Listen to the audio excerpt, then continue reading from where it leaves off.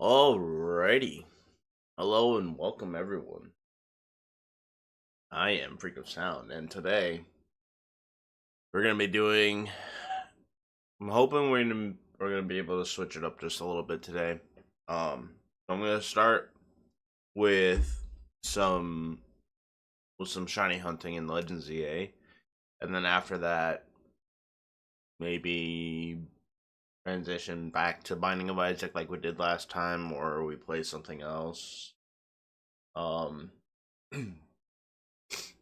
I believe the new rank season also starts today, in which we can get Mega Baxcalibur or the Baxcaliburite or whatever the hell it's called. Anyway, um, yeah. So hopefully, hopefully everything will go less smoothly. It's gonna be a fun time. We're gonna talk about whatever. We're gonna talk about whatever comes up in my silly little brain here, and overall, it's gonna be a fun time. Oh shit! I forgot where I was. Anyway, shoot. I gotta fix my Switch screen size. Hold on. I forgot.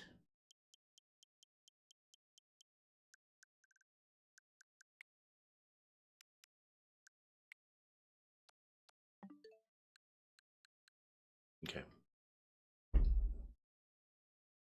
Hopefully. Okay. Good now. All right. So, just to give everybody a glimpse as to what's going on here, we managed to do some. We managed to complete survey tasks off stream. I got this hyperspace hole here that you see, which has Terrakion in it. So, luckily, I had a Sparkling Power 3 for fighting. I had that donut, so I'm using that. Created a hard save, and now we are trying to get Terrakion. Now, this is only cool to me because this is because I haven't really, like, aside from like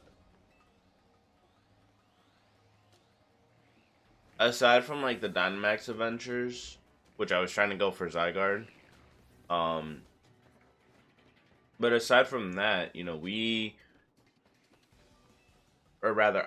have not really done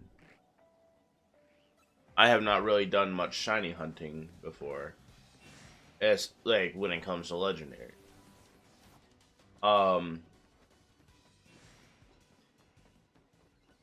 I think simply because I just never really thought of it. Um and also every time I've been like, yeah, let me shiny hunt this legendary, it's like, oh,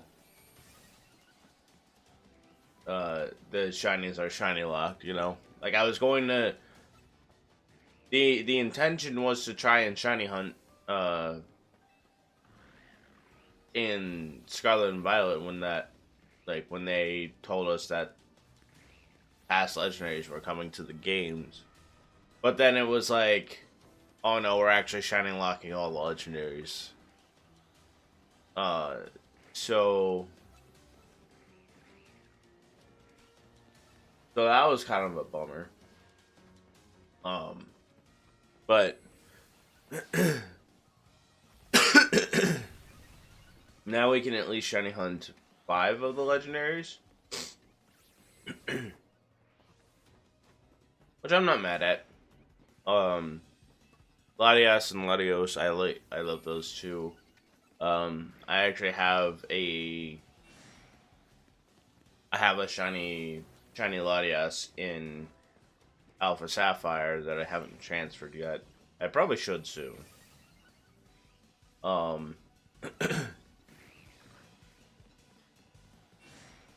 But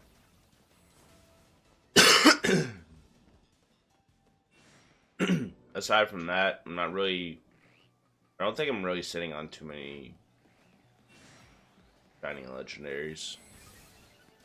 Aside from like event Pokemon, um, mystery gifts, all that stuff.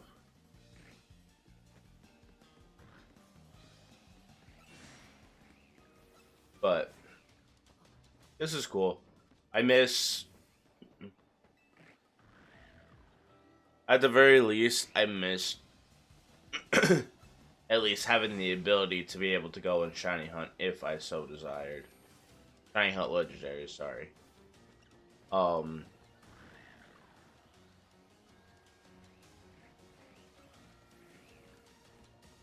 And the other good thing is too is that I have a shiny. There's a shiny Scrafty waiting for me over, I think over that way somewhere. um,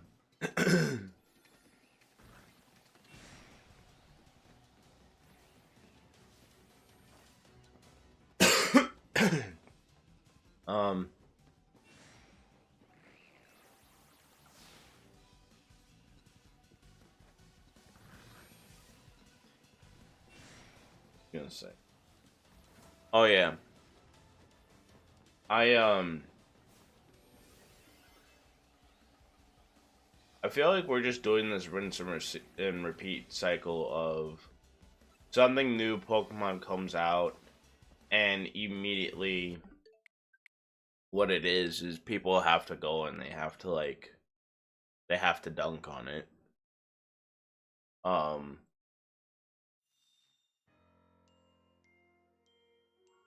and I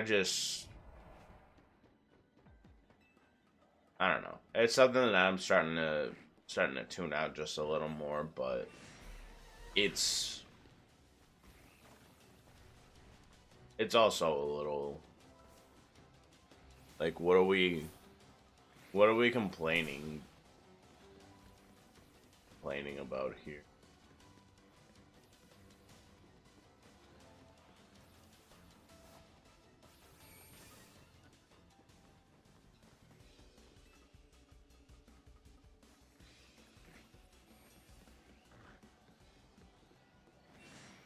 Boo, boo, boo.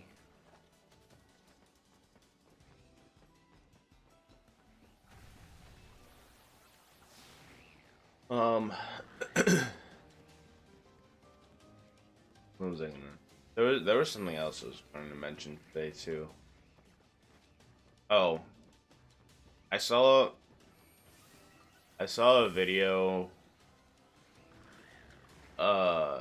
Mind you, I don't know too much about the the card breeding stuff all too much. Like I know little bits and pieces of it because my girlfriend's nephew uh was getting cards graded and he kind of like invested in that for a little bit. Um but me personally, like I don't know all too much about it. Um the only things that I really do know is that there's like PSA, Beckett, and that like that's it. And apparently Beckett got bought by PSA. Um, Now I don't know if this is something recent that happened or if it happened maybe like a week ago or something like that, and I haven't seen it until now. Um, I mean, what I have been seeing is like PSA kind of screwing up a lot. Um, like there was that whole thing with the guy who submitted his cards. They graded PSA 9 and said we can buy them from you real quick, and he was like, okay. And then they listed it as a PSA 10. Um, So I know that they haven't been. I know there's other things too that they haven't been doing quite right. Do I know those what things those are? No, I don't. I couldn't really tell you uh, because again, I'm not really into like the oh shit. I'm not really into like the card grading stuff. Like it's nice to have those for like cards that you want to grade. Um, but I mean, like overall, like I just like when I collect cards, I collect them because I want to collect them. I don't collect them because I'm like, let me see if I can get money out of this, you know?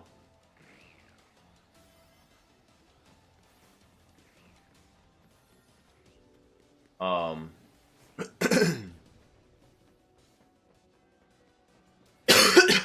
anyway, the point that I was going to make as far as the point I was going to make as far as like all of that goes is I uh I saw something about like people not wanting to grade with PSA anymore because um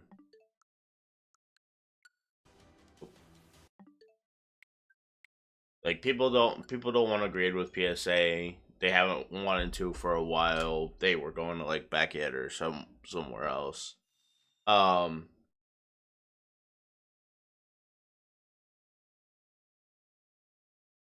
but now that but now that Beckett's being bought, it's like, well, now what do we do? Like, I don't want to go and submit with PSA or anything like that. And I'm gonna say this and just keep this in mind that this is just how I feel and this is how I'm seeing things. Um, but honestly, I'm kind of glad that like PSA is kind of screwing up and they're screwing up this much. Um, and honestly, I kind of and the only reason I say I'm glad about this is because um I feel like I feel like especially with how the market has been kind of like going down for like Pokemon products again. Um I feel like that this is sort of the thing that's going to kind of help the market heal a little more. Because honestly, if you think about it,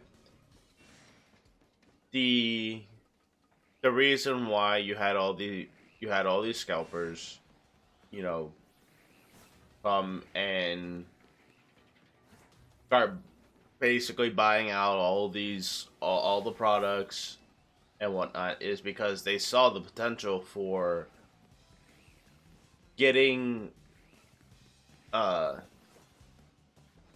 for one getting hits on cards like example prismatic Umbreon or I guess really a majority of stuff from prismatic uh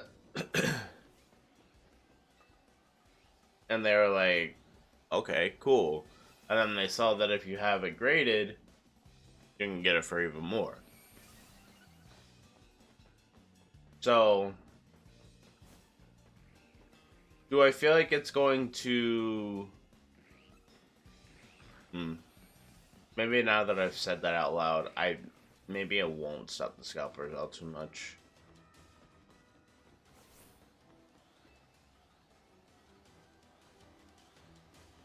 Because I feel like it's not really the scalpers that are gonna really care about the issue. It's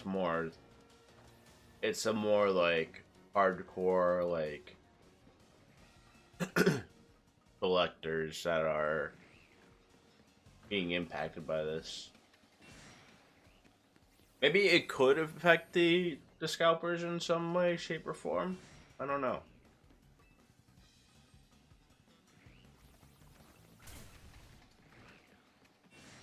But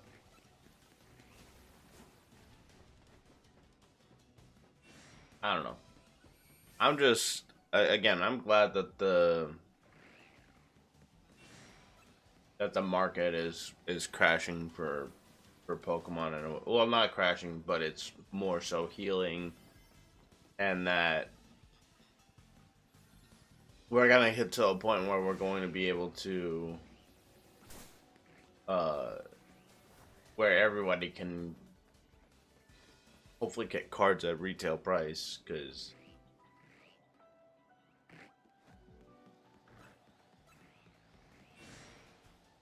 I don't know, it's crazy because I feel like this past year was just a whole lot of shit getting like exposed and called out, and like I don't know.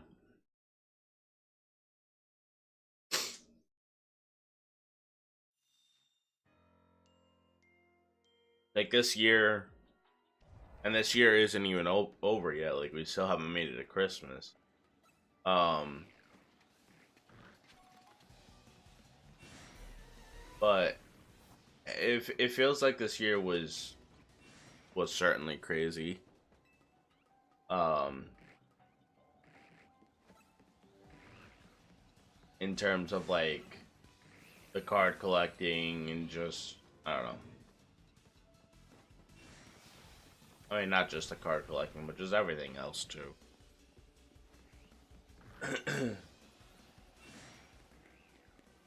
What I would love is for this Terrakion to show up shiny.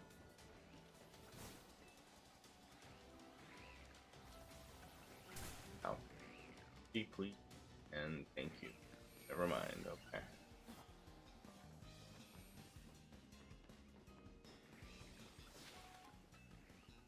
And I think while this year definitely did have some of its low points, I do think that it had some good highs as well. Doesn't even have to be directly related to like Pokemon or anything like that, but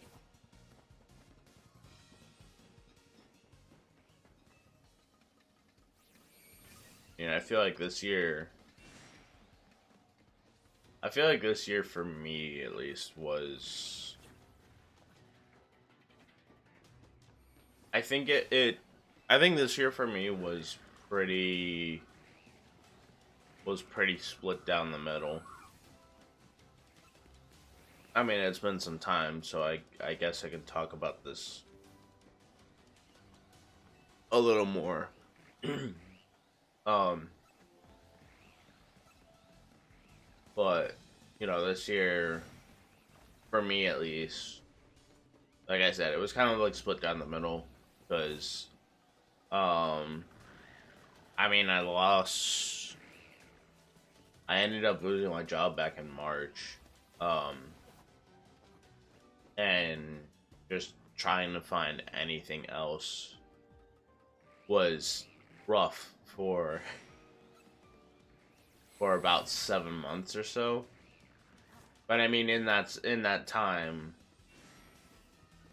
I uh, I managed to pick back up on streaming, uh, even if it wasn't like too consistent here and there.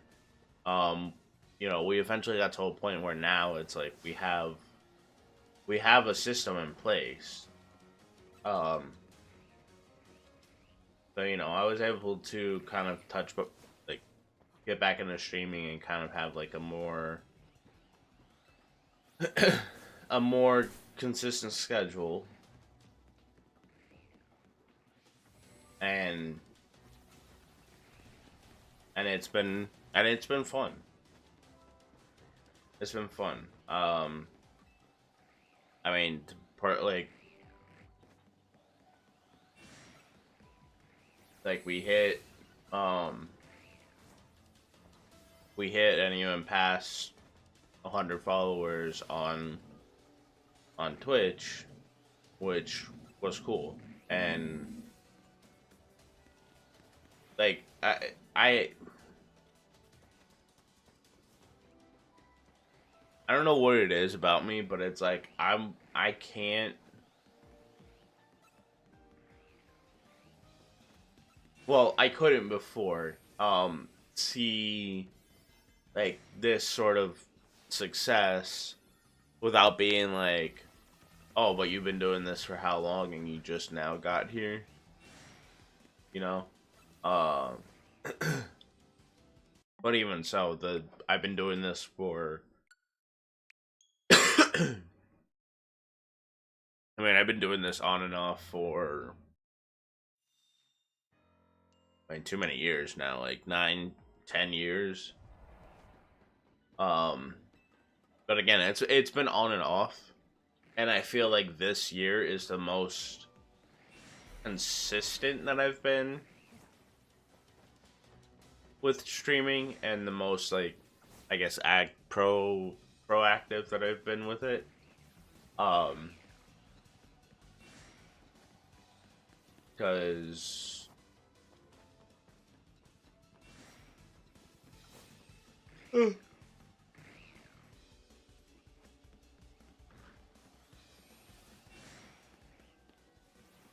I don't know. This is something that I really just enjoy doing, and if I can do this and just have a little yap fest for however long, um, it is what it is. What I would really love is this shiny Terrakion to appear. But anyway, we reached 100 on Twitch. We'd love to reach 100 everywhere else that I'm currently streaming to as well. But that, I'm not gonna sit here and be like, do it now, do it now, do it now. You know, because the thing is that I want people to hold on words. I want people who enjoy or who like what they're seeing to follow, not just I don't want to be like everyone now, do this.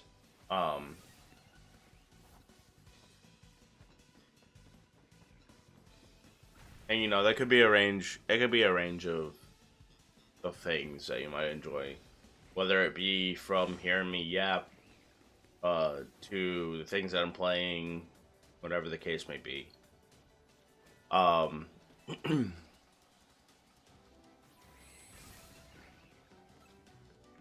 that's usually why I say at the end of the streams, like, if you enjoyed, consider giving a follow.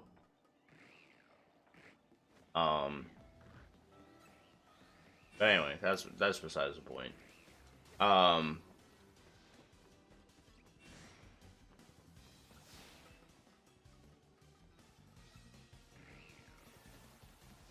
but even though I lost, my like last job back in March, I felt like that was also kind of a good thing in a way too, because that place was running me dry. Um, and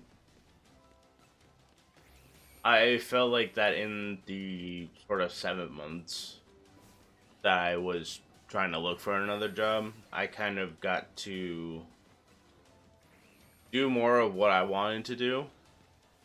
And I kind of got to work on myself a little bit and figure out, what it was that I wanted to do.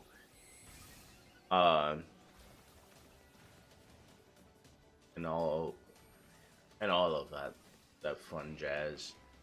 Um,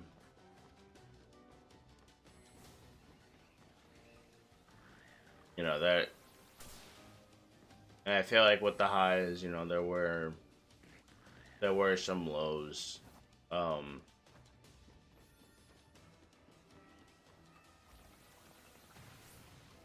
no, I don't want to really get into that all too much because I don't. Because respectfully, I don't feel like crying on stream right now. Um, but I do think that overall this year was more of a good year for me. Um, I say this I say this more so in my head than I do than I do out loud. But it's like, I'm grateful for the opportunities that I've been given, and I'm grateful for the people I get to surround myself with, and that I get to talk to on a daily basis, and all that fun stuff. I'm I'm blessed to be able to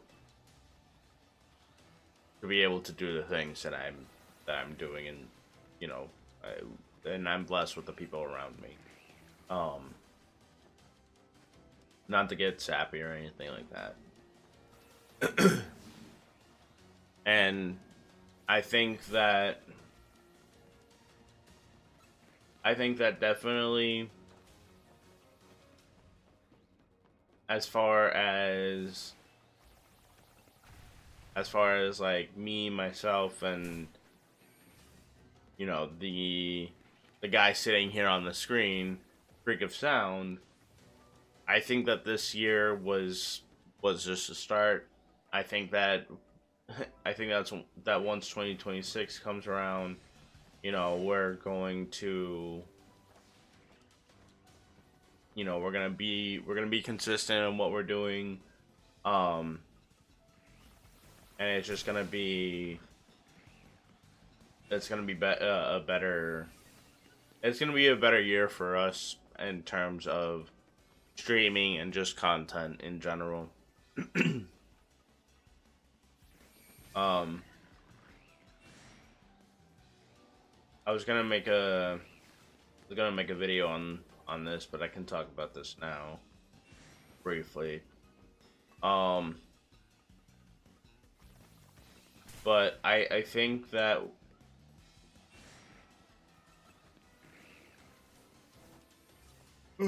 sorry. I think that one of the things that I'm gonna start exploring just a little more is like solo content when it comes to recordings. Um,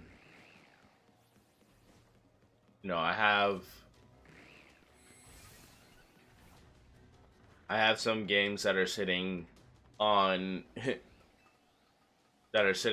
my PlayStation or on the Switch, or even I think on PC, like on the Steam Deck, that I want to get around to playing. Um, and so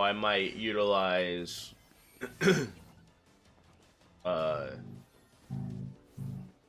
I might utilize some time during the days where I'm not streaming to record like solo content. Um,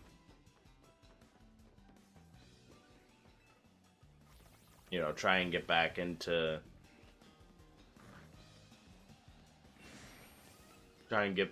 the whole, getting myself to edit and all that fun jazz. But I think 2026 is going to be a better year for us. Um, you know, there's things that I want to do that I'm looking forward to implementing and putting out there. Um,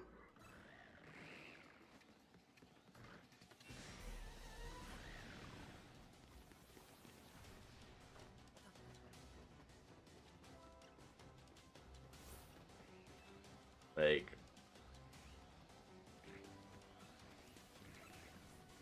I don't know. Like what I can tell you right now is one game that I have,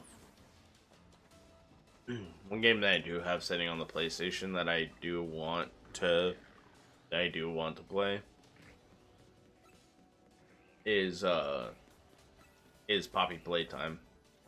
I know so many other people have played it and whatnot, and yeah, I know, and I'm sure I'm well past, I'm well past the time for playing it, but I'm still gonna play it because it be what the brain wants. What the brain also wants is a shiny Terrakia. Oh, shit.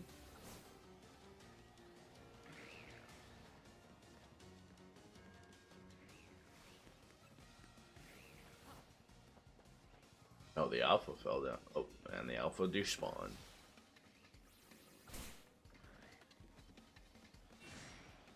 Terrakion.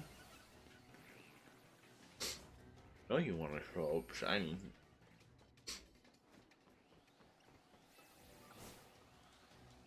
I have a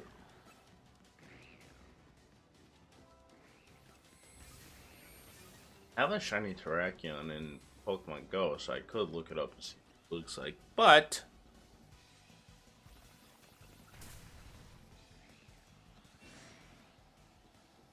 I feel like I already know.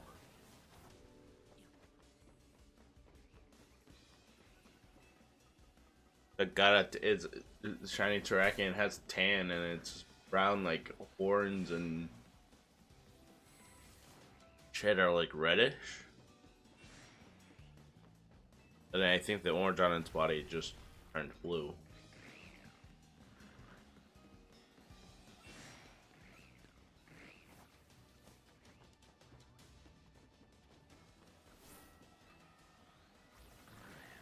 Oh yeah, uh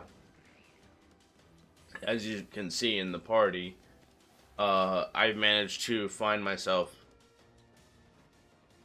a shiny Raichu. Well, technically it was a shiny Pichu. Um but I got myself a Pichu. Now we have a Raichu. Um I completed the quest of beating that lady's Alolan Raichu. Uh,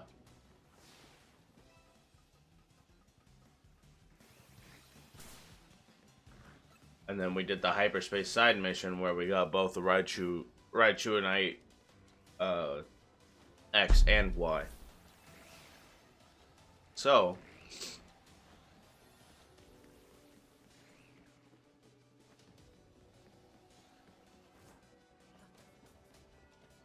now what I need is a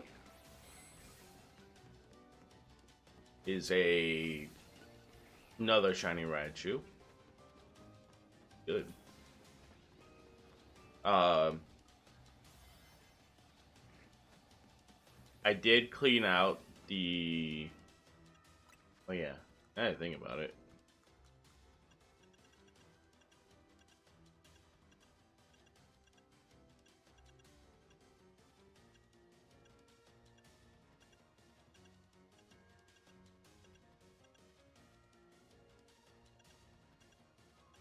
Okay.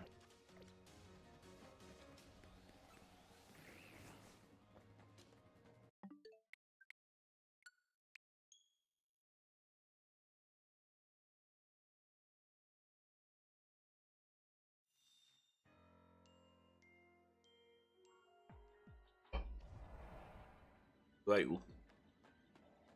like what, the fifth or sixth reset, something like that. Also, I have come to a very big understanding and realized that I have misunderstood the meaning uh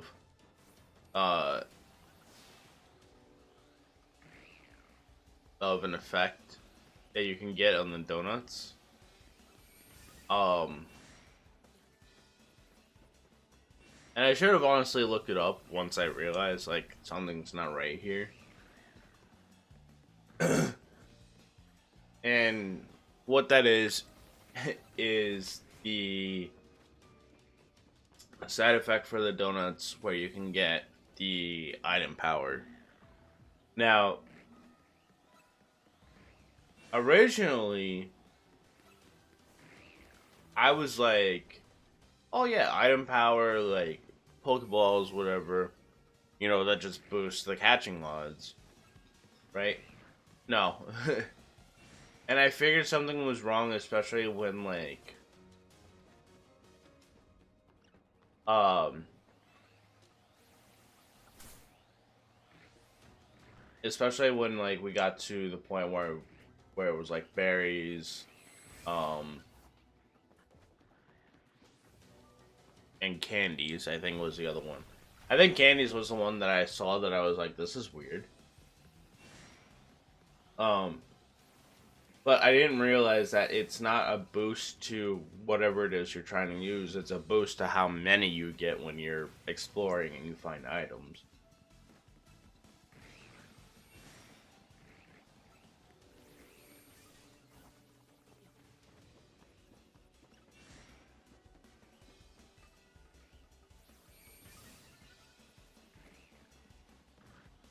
And I only learned that because I was watching a video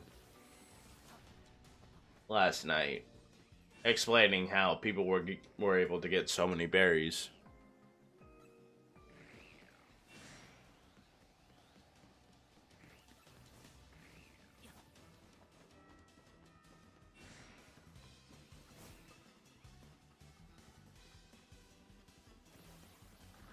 Like after, like once I started watching that video and I kind of explained it a little more, I was like, oh, I'm kind of stupid on this one, aren't I?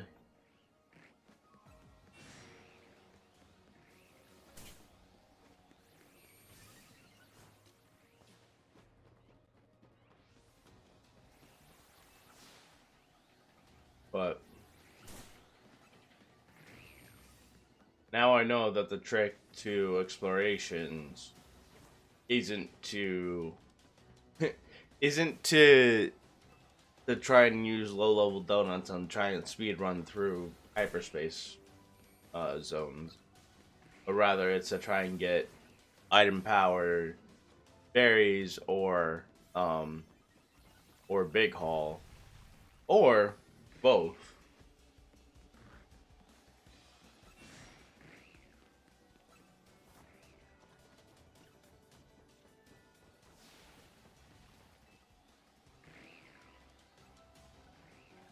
Let's see.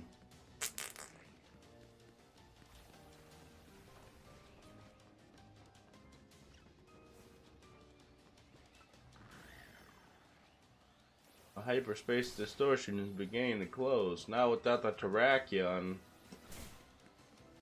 Yeah, that's crazy. Time to reset that again. Ah!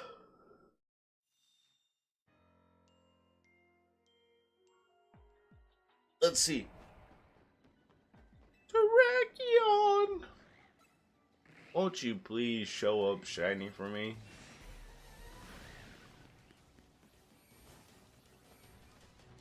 Relatively soon, so that way I don't have. So that way I can get you and the shiny Scrafty. Please.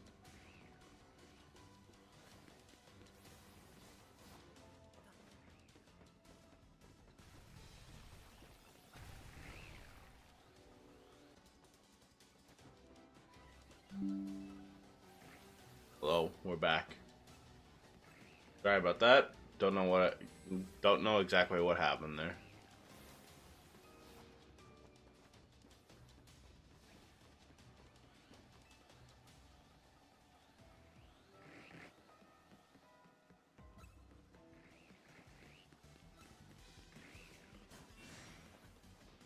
Now, was Terrakion my first choice of legendary Pokemon I wanted to shiny hunt? Not at all. But I'm not gonna complain.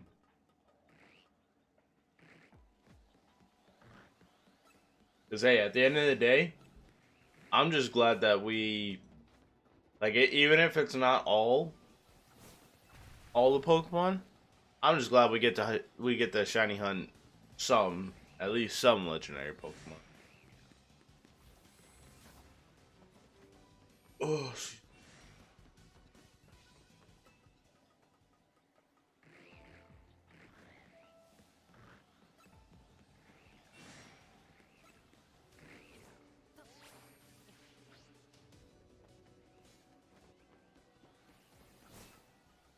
Oh, excuse me. One of these days.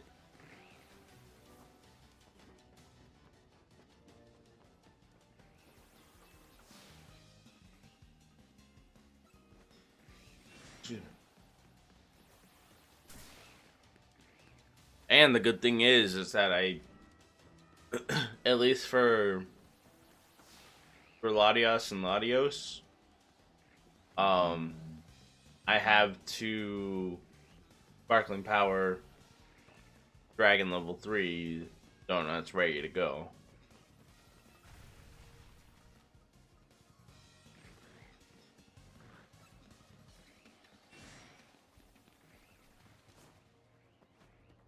So it's gonna be,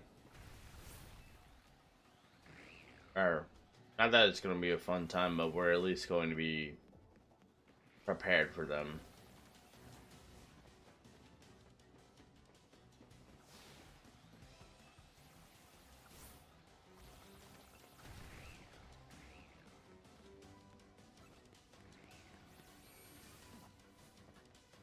Now, if only ocean.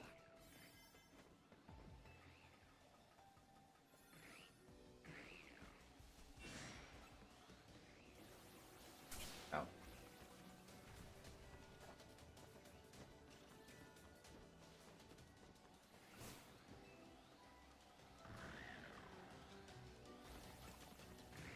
come on, baby. More time.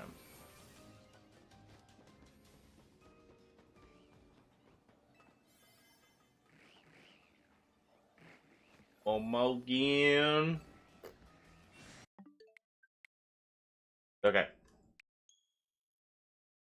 We'll get it one of these days.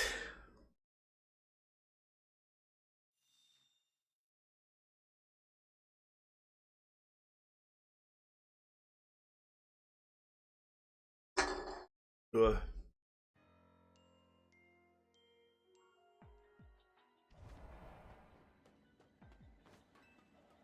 Jeez.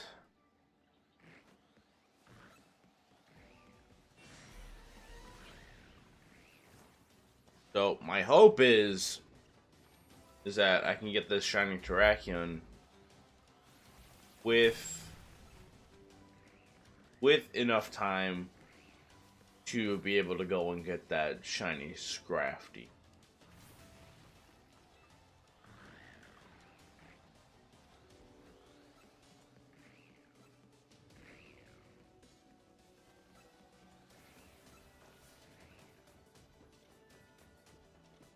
But also like another shiny Pancham.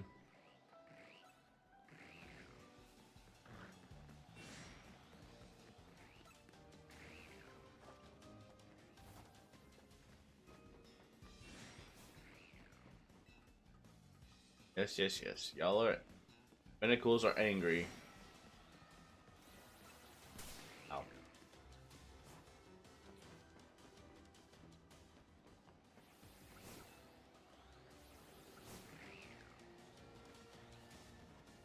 you're gonna have to do better than that. You're gonna have to do better than that, buddy. Bucko Buster.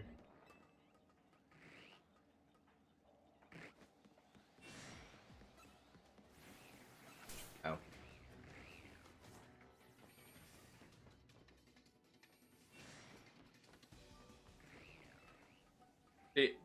I feel like for Terrakion, we could technically take that Holovator there, but I don't know if using the Holovators really resets, really resets the Pokemon like that.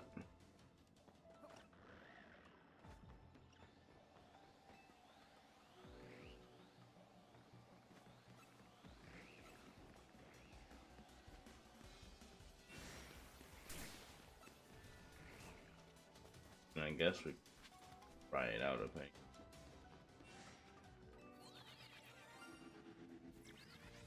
Huh? Oh, that's crafty.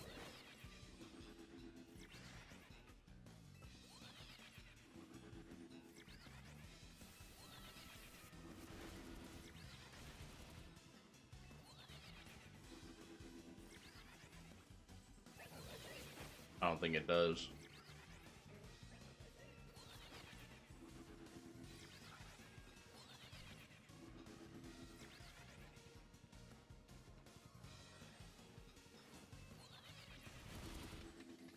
Oh, wait a minute.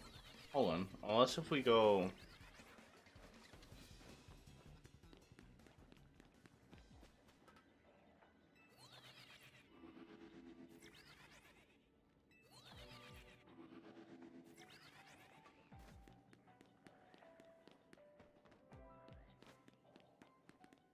I feel like that doesn't.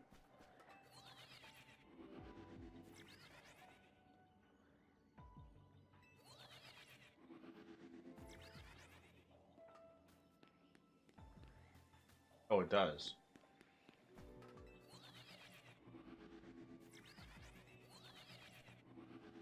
I'll just do this then for a little bit. Boom.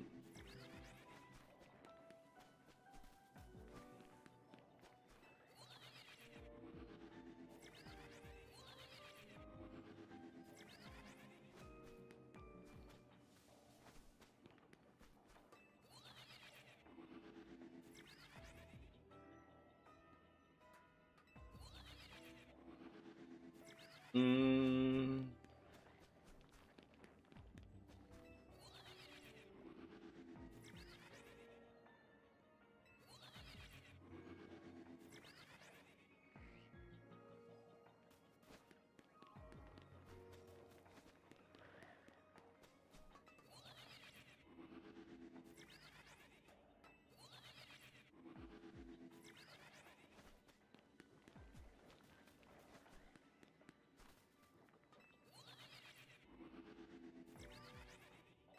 Alright.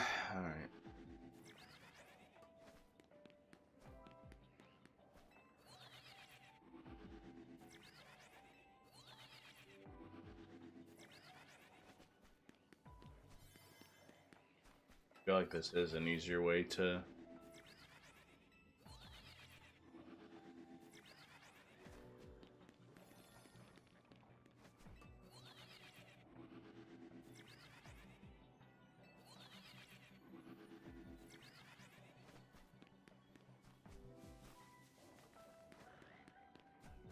Once we get down to 500, I'm gonna see if those look shiny, but I could very well be wrong on that.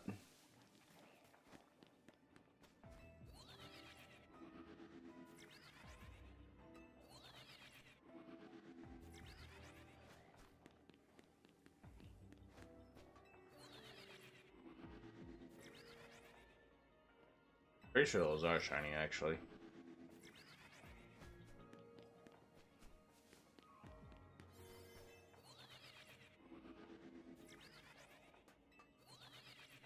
Or...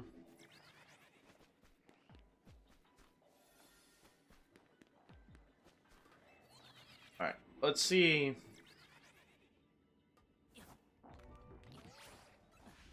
Not shiny.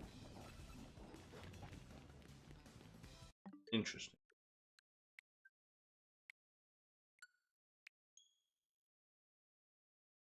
It appears I don't know what this shiny exactly what it looks like. I mean, I know shiny Garganacl is a like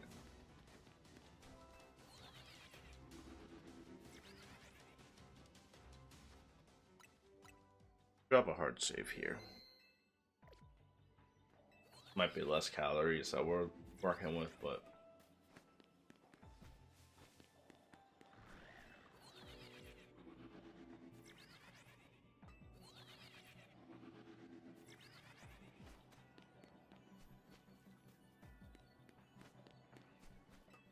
excuse me.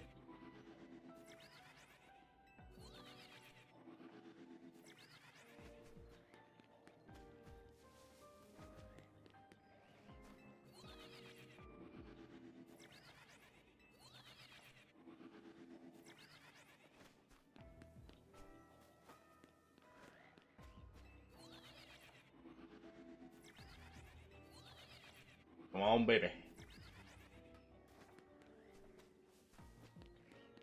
You know you want to drop that shiny Terrakion near me.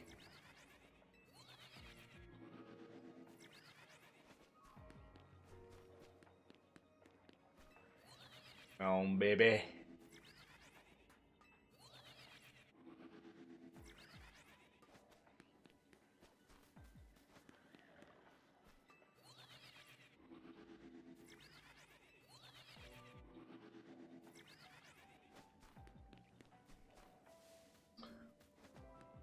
Stop spitting in our face and just give me a shiny, please.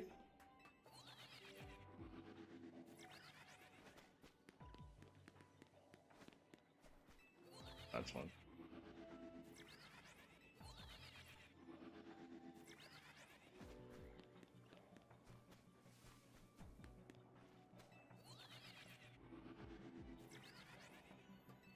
Hey, Mike, come here.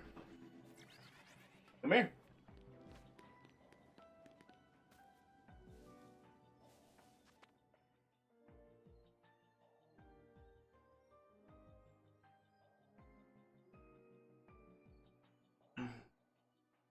Hold on.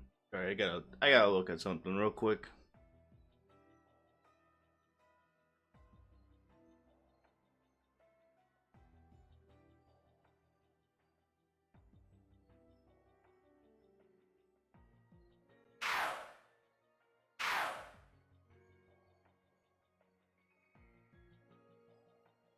Sorry, I'm looking at something.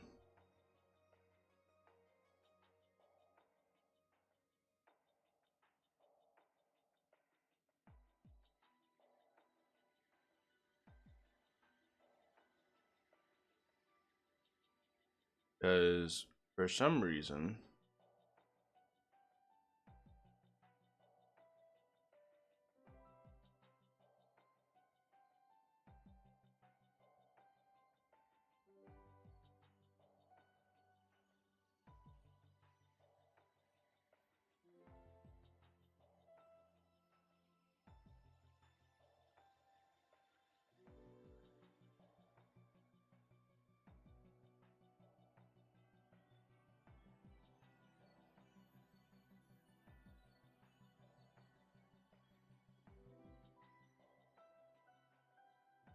okay.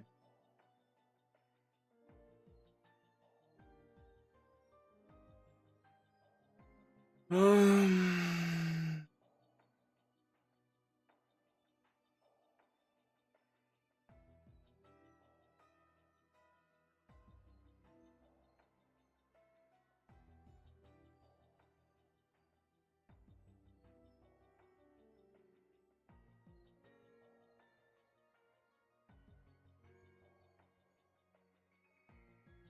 Oh, okay.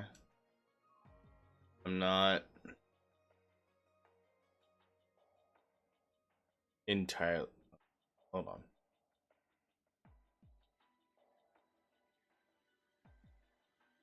You need to see something.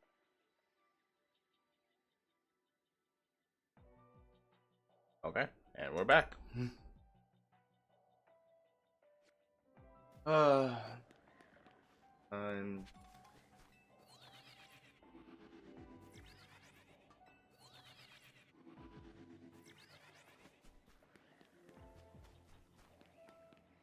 Sometimes things just be happening.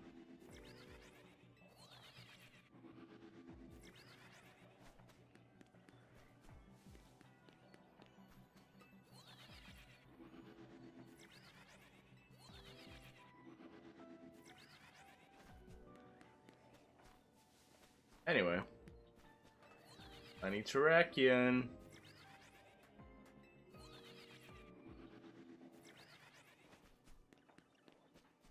No.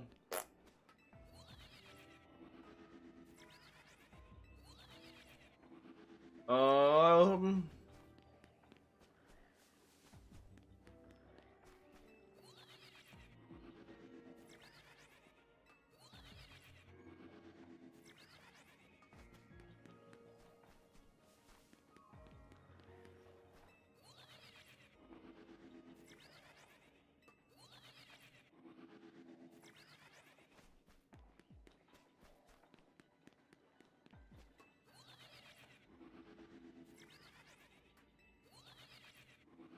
I would love to get the shiny Terrakion.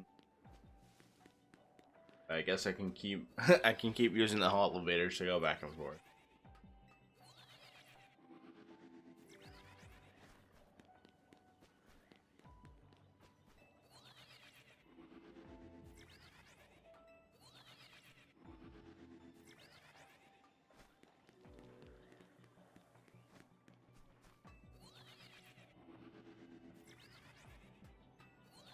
Let's see.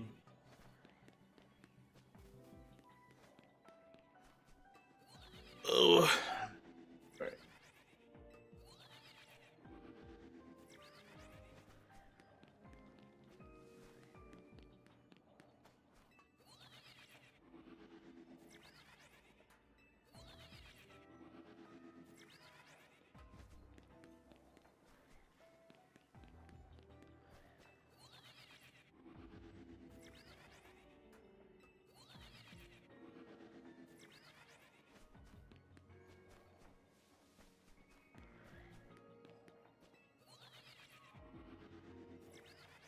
Oh my god.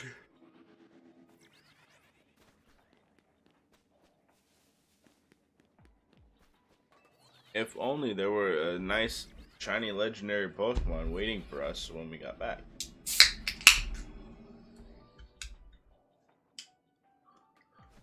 Dude.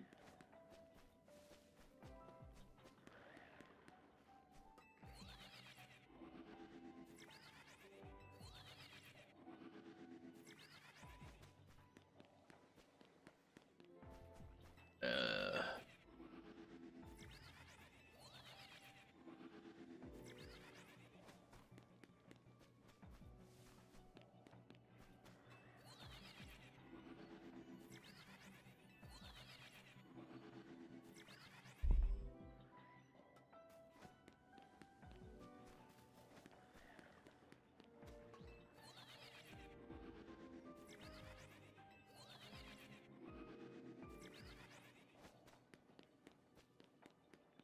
okay.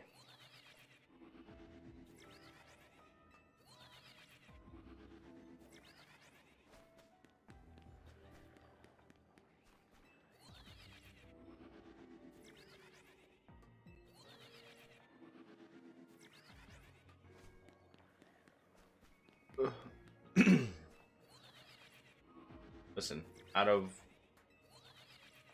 all of the non-legendaries here, I'm glad that Scrafty has shown up shiny. Um,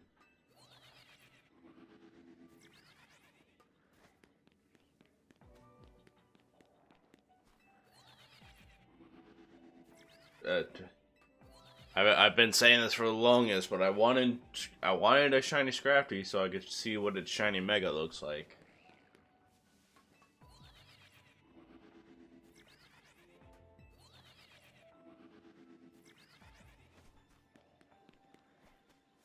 You know, definitely wanted to see that, and now that.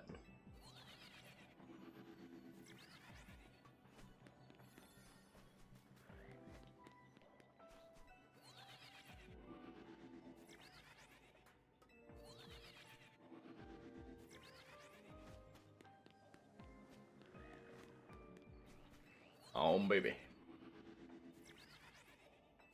I feel like this way of resetting Terrakion is actually a lot easier. Because, I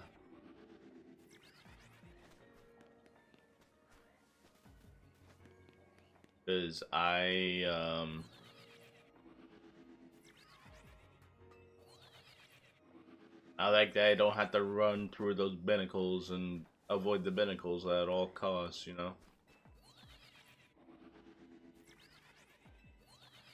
Plus, using the Holovators actually puts a pause on the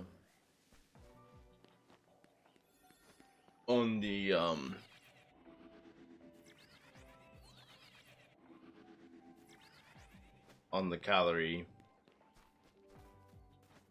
burning. Let's reset. Let's reset here.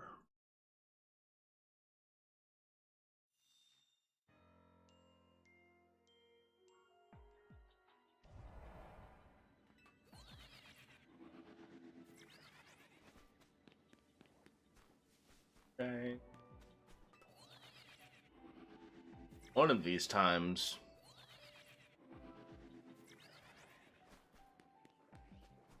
One of these times, either we're going to get a hit and we're going to get the Terrakion, or I'm going to drop down low and find a whole bunch of shiny Scrafties and Scraggies waiting for me.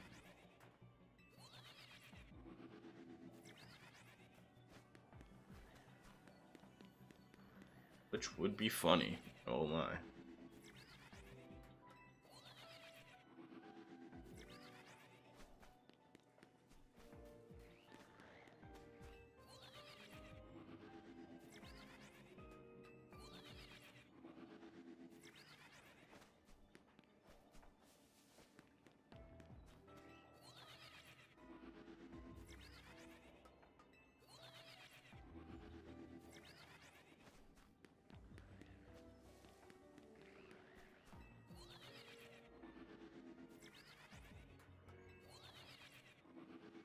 Bees.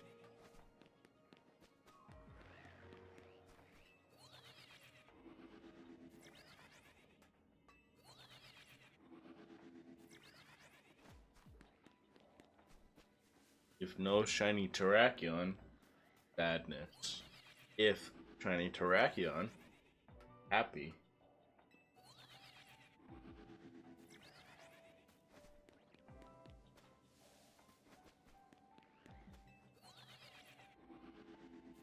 Please! Please, sir!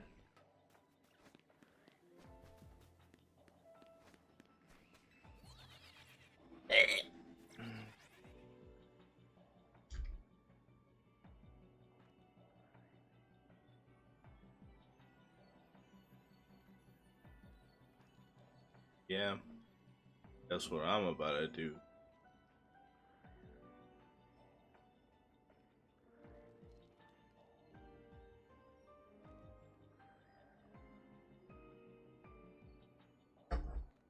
Yes. Oh shit. My calories!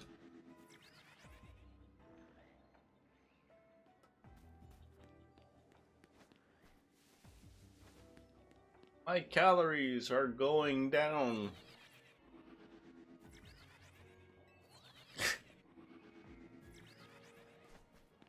I can't remember. I can't remember if it was yesterday or the day. No, I'm pretty sure it was yesterday. Um, But I think I was just doing resets for Terrakion here. And my girlfriend at one point just kind of, she was doing her own thing, and then she looks up at the TV, and she's like, "You're burning through calories quick." And I was like, "Yeah, I wish I could do that in real life right now." Like,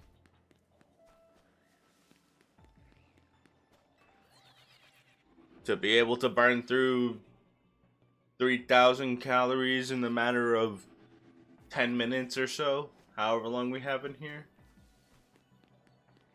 be absolutely crazy.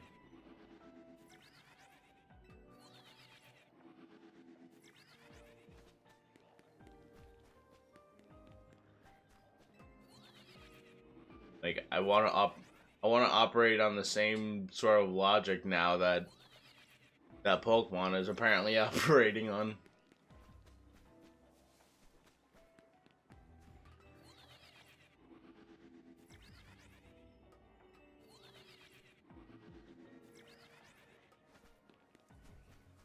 Also, I'm gonna say this.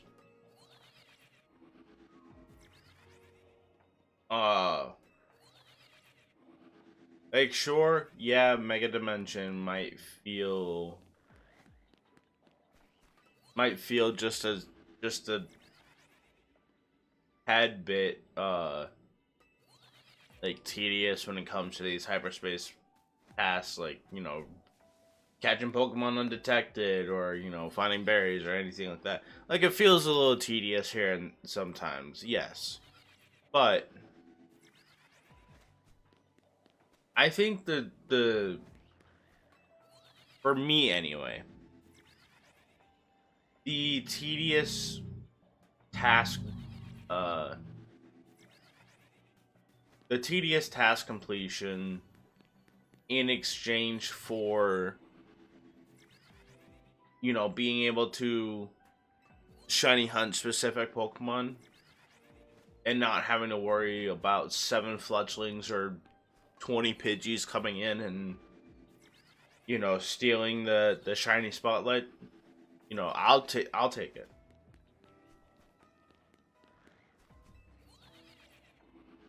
I'll take a minimum of like 3 evolutionary lines spawning and being able to shiny hunt them over hunting out in the open space of regular Lumios.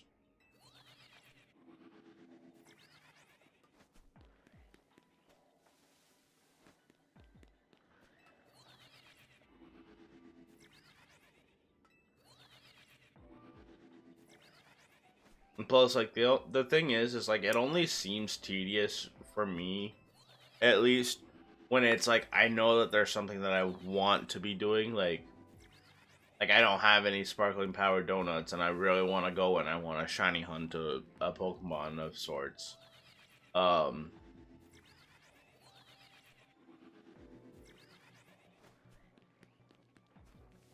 you know, it's like when I want to do something else and I can't because I have to focus on do like doing the tasks that'll help me get to that goal. Yeah, like I get it.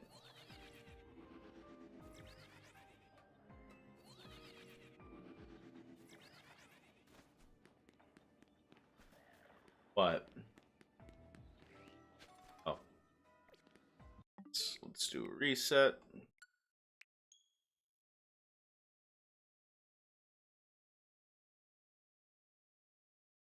Ugh.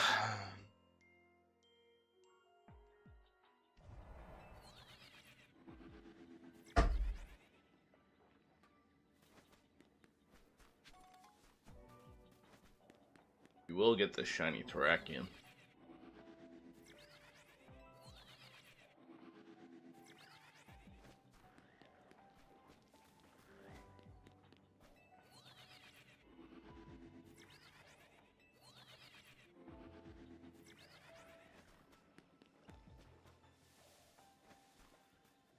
I just realized something. if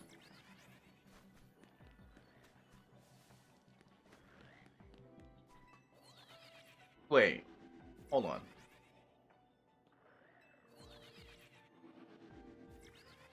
I think okay. So I'm gonna start this by saying that I still don't believe that we're not able to transfer Pokemon to Pokemon Home, right? Or from ZA to Pokemon Home. I think if there is the possibility of us not being able to transfer to Pokemon Home, I think I can sort of understand why. Because realistically, I was just sitting here. I was thinking about it, right? And I was thinking to myself, if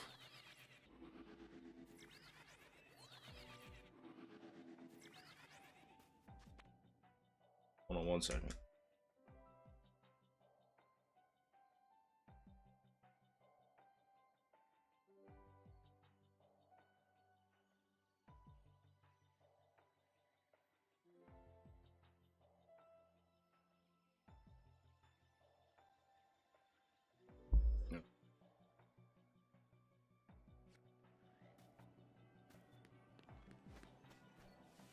Um,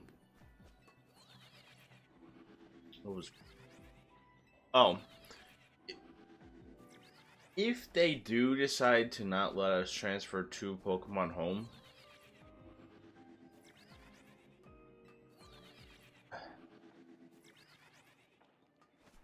it's not that I would exactly be entirely all too upset at that. Like, I would, especially with having the opportunity to shiny hunt legendaries again.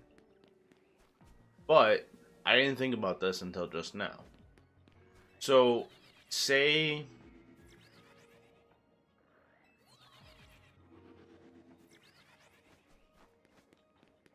okay. So let's say, and I don't know how the process would work anyway. But let's say I was able to transfer to Pokemon Home right now, right? And let's say I found the shiny Terrakion.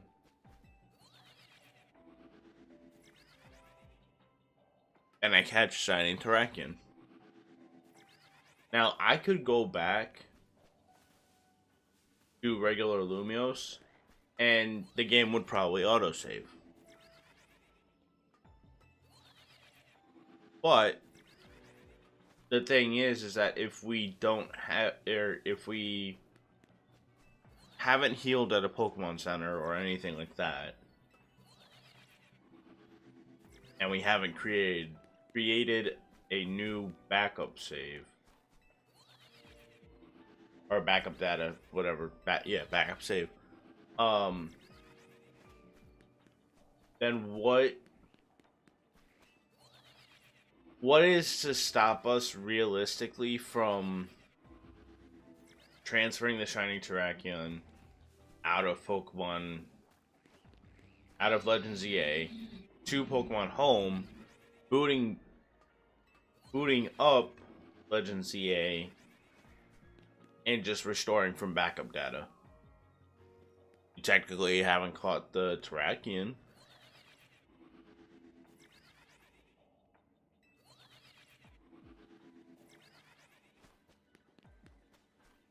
You haven't technically caught Terrakion. I mean, you did, but you also technically haven't, since, you know, you restored backup data. So it's like, you, in theory, if you wanted to put in the time and effort, and this is, you know, this is still, we're waiting to get further down the line where, you know, we do have Pokemon Home access, which I'm not even sure if we have it now or not.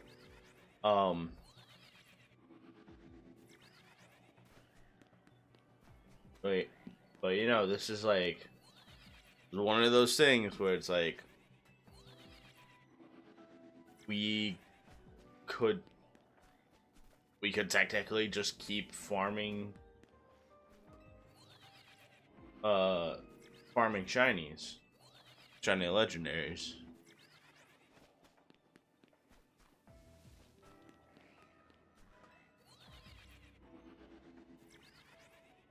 I'm sure that when the Pokemon home, like when we are able to transfer to Pokemon Home, I'm sure they'll work it in a way where it's like, oh, if you transfer to Pokemon Home, you're gonna create a new backup backup save from wherever it is that you are now. Like basically wherever your hard save is where your backup save is also going to be set now.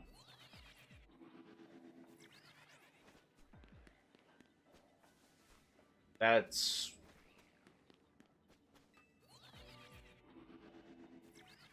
at least the way that I'm looking at it.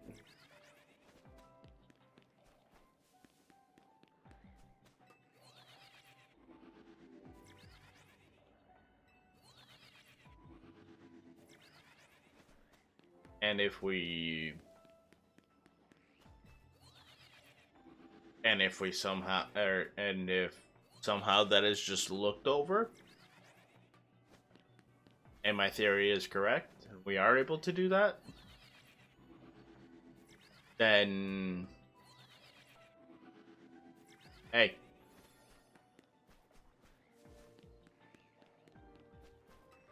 I'll take my royalties from that tip.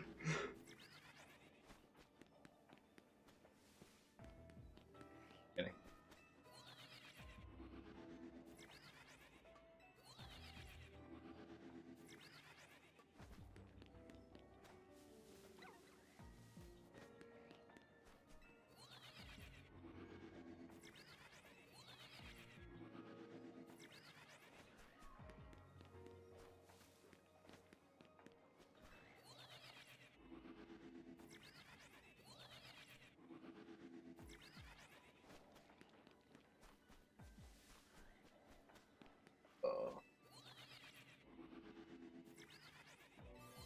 How many times will it many times will it reset this?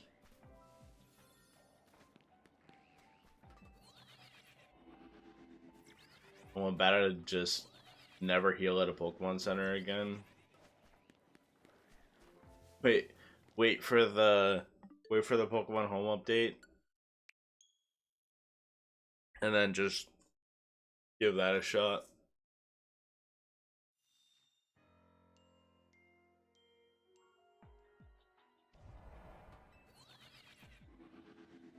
Back at it again.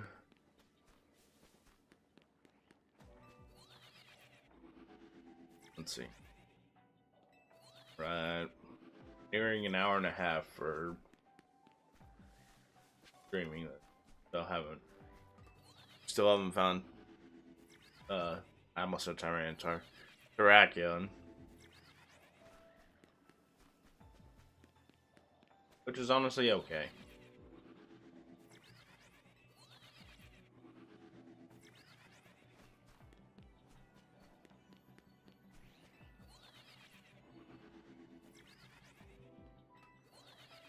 Yeah.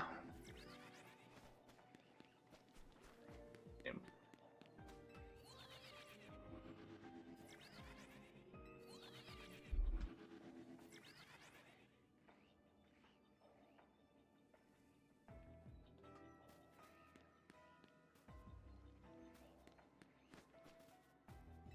I'm misremembering. I feel like I'm not. I'm just gonna keep doing this for a second.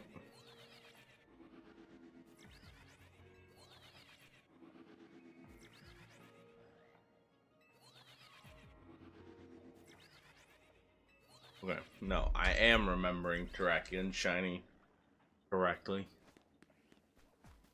I thought it just spawned and I was about to shit myself. Shit myself, I said.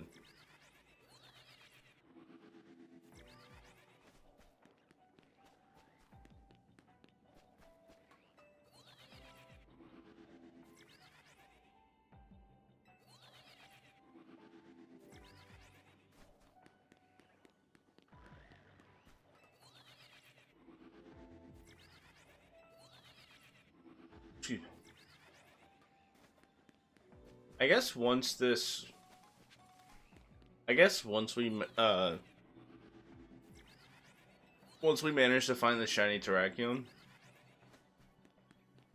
I can check to see if Uh, I can check to see if the new rank season started.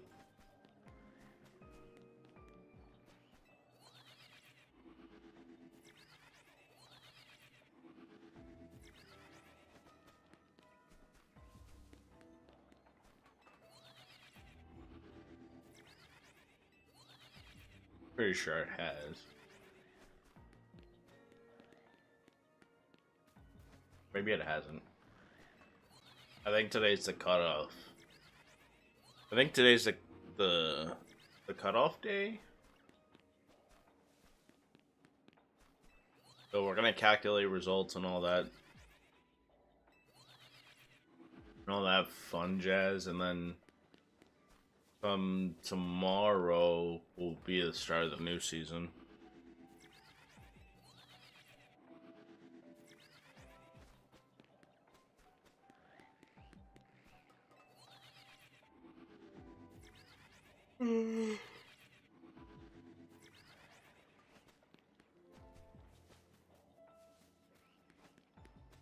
Arachnion, please go up as the shiny. I would greatly appreciate it. Yes.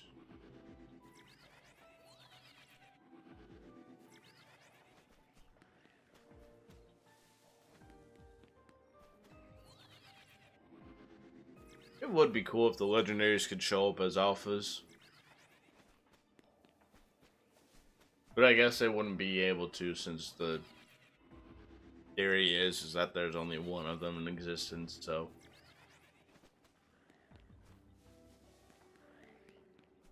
There's only one in existence, and yet so many people manage to get them.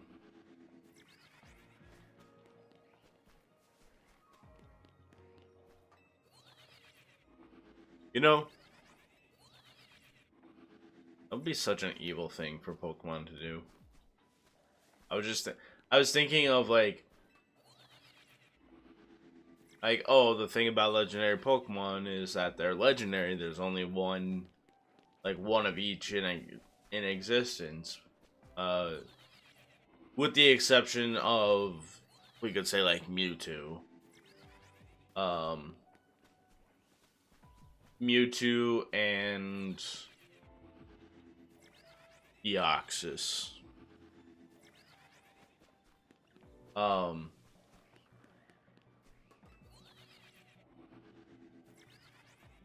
So it would be a pretty evil thing if Pokemon Company back in the day decided, we're gonna do this thing where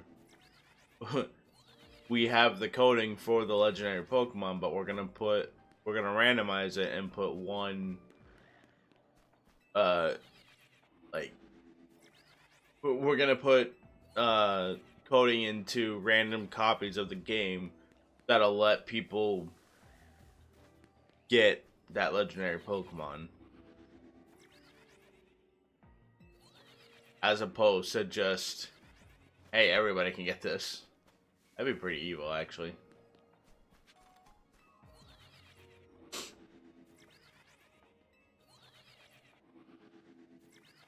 I guess something like back in the day, like when they were still doing like physical copies, like primarily physical copies of games.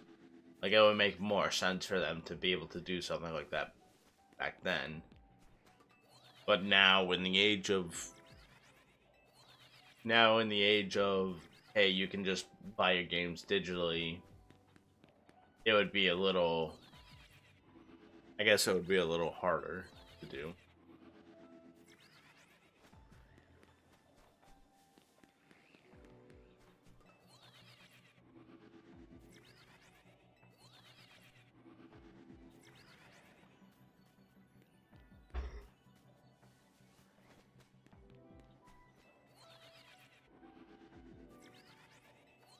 I will say,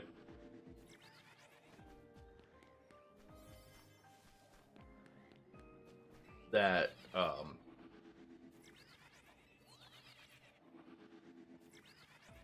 never mind. I apparently won't say, because I just forgot. That yawn made me forget.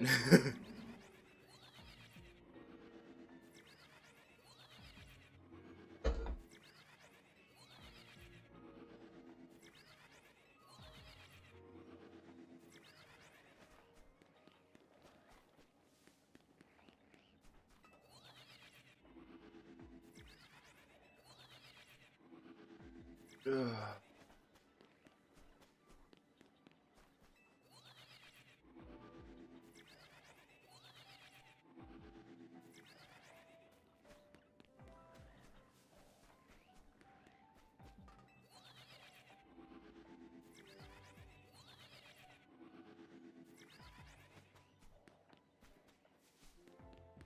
Yeah.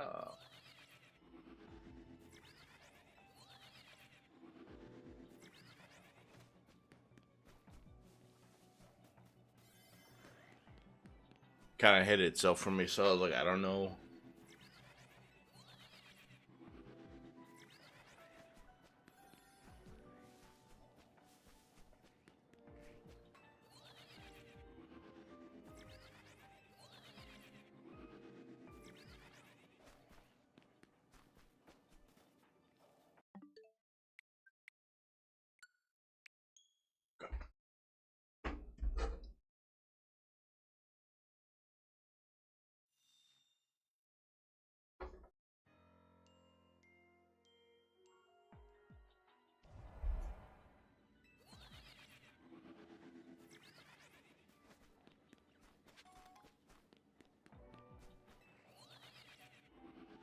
Alright, it's time for real.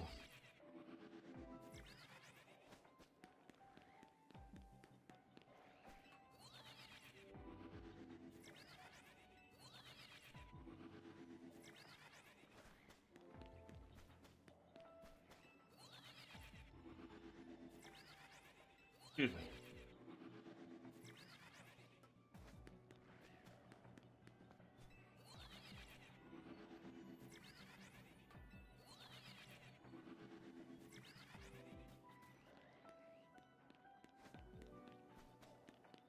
Ain't him.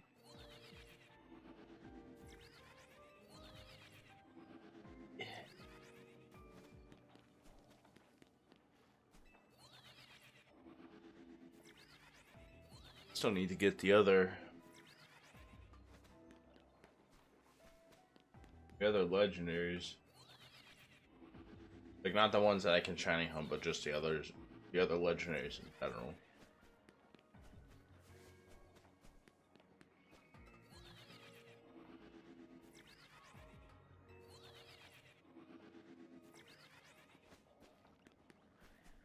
How many Kyogres and Groudons do you guys think are going to be in the next rank season?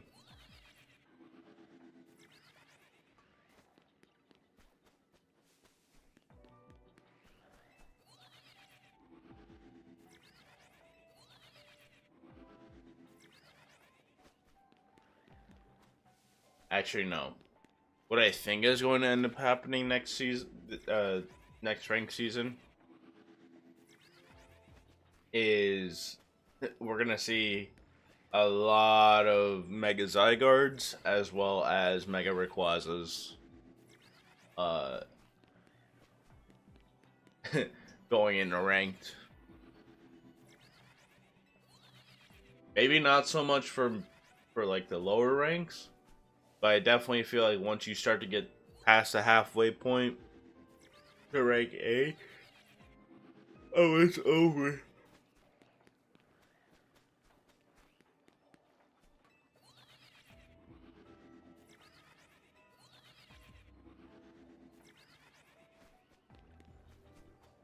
I'm still trying to think of who my team for I'm still trying to think of who my team for the next season's ranked battles will be.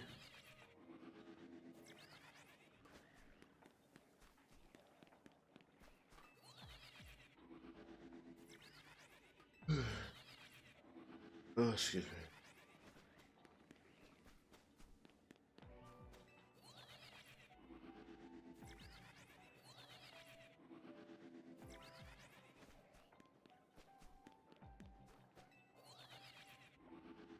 thinking.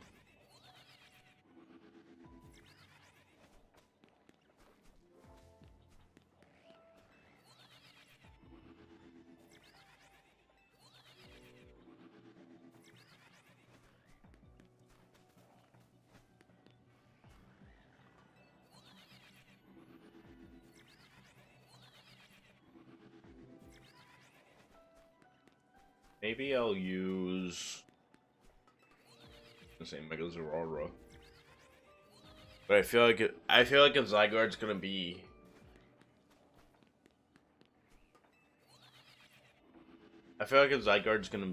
in the next season along with Rayquaza, then I don't know how well Mega Zeraora will be. We could probably still build him up and just give it a shot, because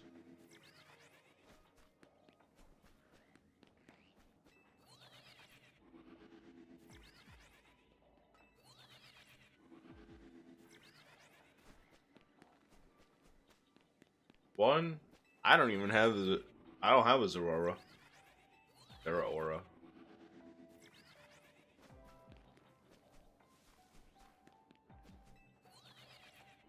Like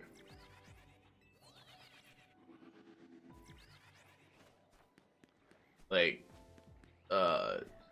Sun and Moon. I missed the Zeraora mystery gift, and then Sword and Shield. I missed the Zarude.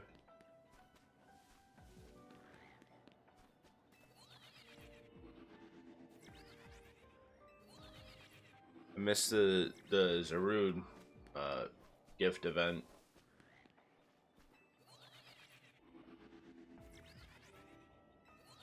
So I'm glad that we're able to at least catch Zeraora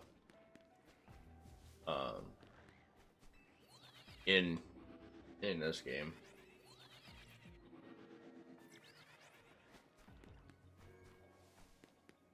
Also glad he got a Mega. I know that when Mega Zeraora comes to Pokemon Unite, that's gonna be it. That's gonna be over. Like,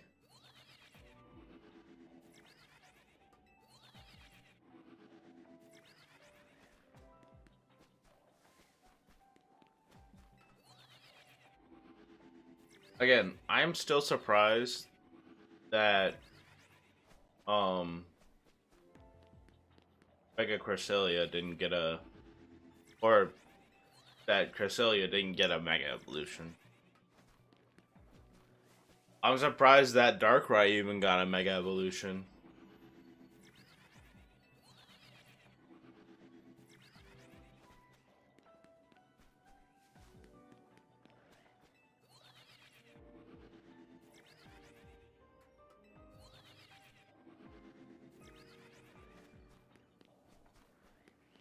I'm still kind of surprised that it was Darkrai that was a mastermind behind this. Not that it wanted to be, but you know, the fact that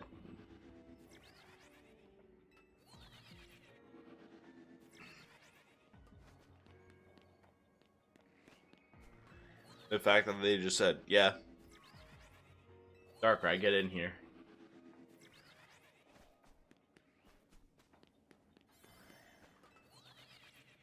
Also, I saw some, so only reason I saw this is because well, can't really say it without getting another boot. So I saw somewhere that I cannot exactly name somebody basically saying how, like, oh, Mega Darkrai's design looks like shit and whatnot. I was sitting there thinking to myself, like the only thing that's kind of like weird about the design is the fact that its head pops out from where, you know, there was that eyeball thing going on. Like, that's a little weird, but I didn't look at it and think like, oh yeah, this is shit. Like, maybe I just gotta take a look at it again and see, but I really don't think that it's a bad design or anything like that.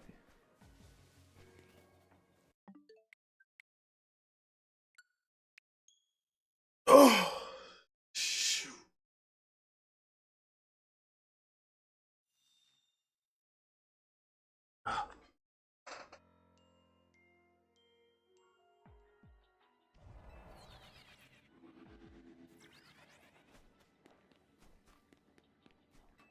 Depending on how long this takes, I may have to stop for a second with the bathroom.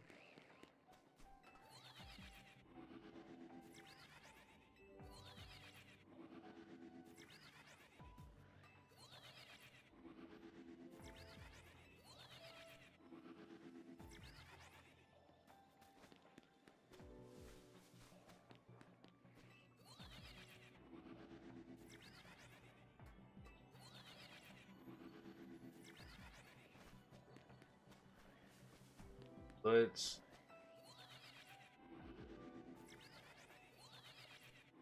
I need Terrakion, where are you?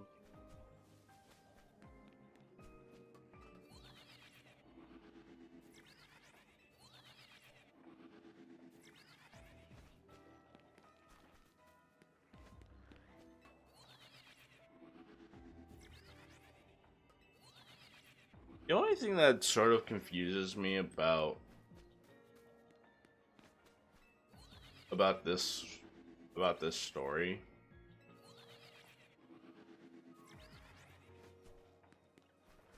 oh, actually no, I guess not. Okay, hold on. I'll finish my thought, but I have to use the bathroom. So I'll be right back. In the meantime, Winston here can keep everybody company. That's Winston.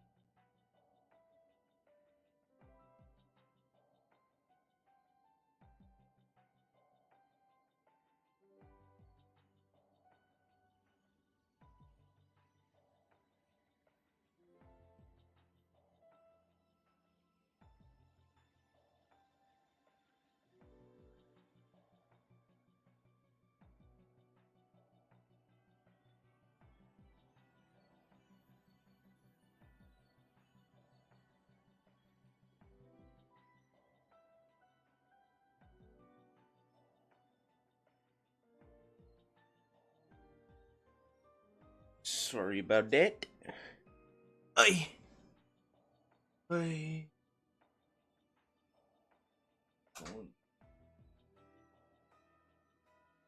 Okay. Alright. Let's get back into it.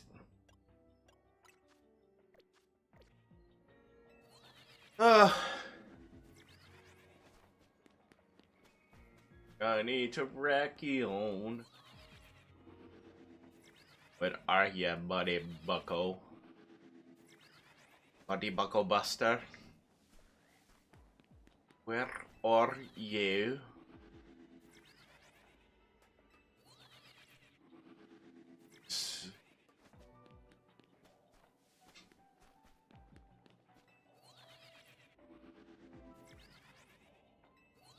Oh man, we've done like 10 resets for you now.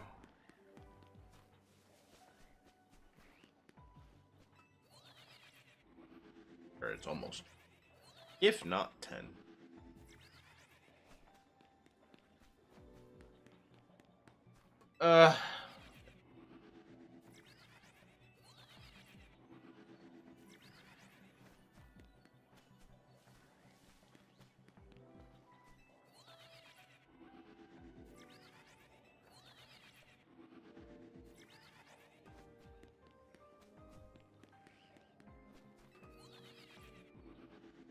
One shiny legendary, please.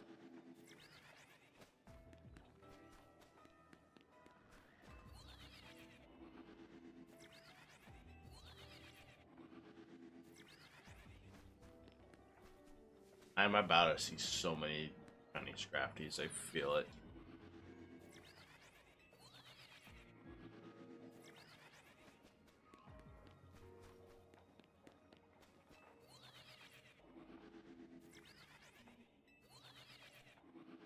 By the time we do manage to get this shiny Terrakion, I feel like it's going to be accompanied by so many Scrafties.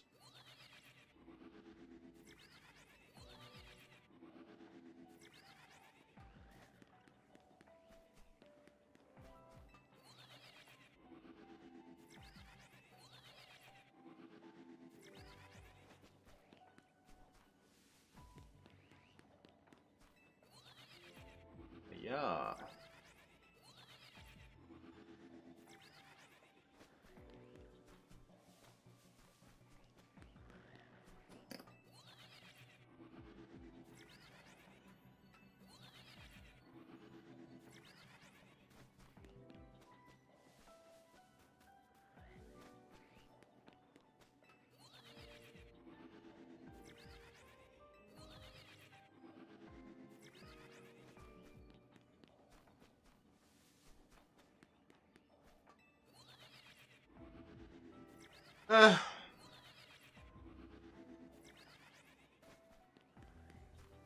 Probably also go exchange my colorful.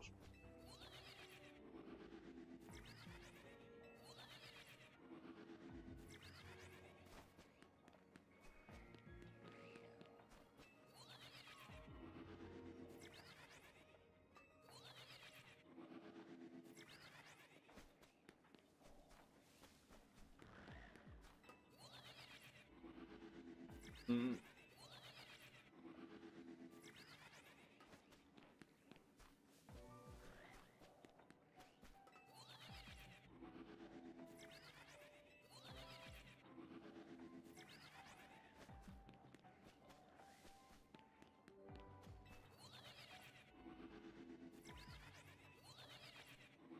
We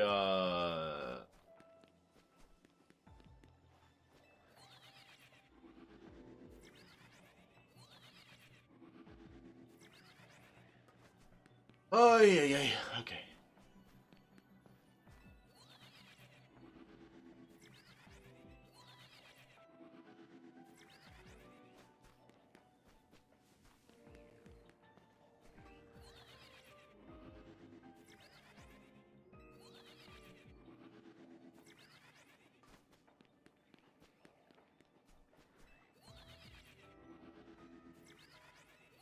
One of these days. Apparently not today.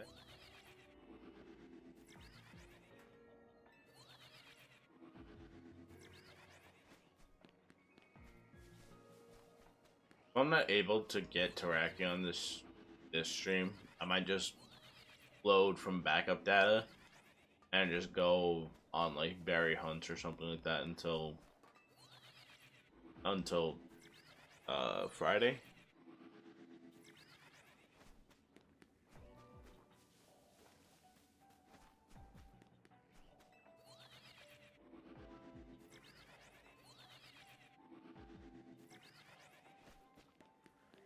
Because I've learned that if you make a donut and it has item powered berries level 3, then you can get at least 40 berries for like medium hyperspace.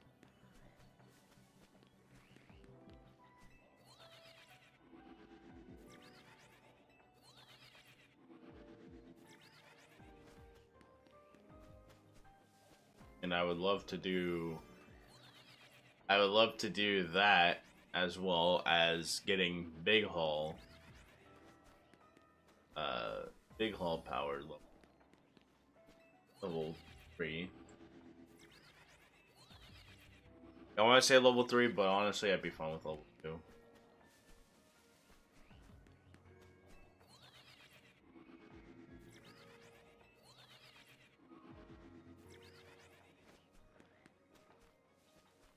You know, as long as we're able to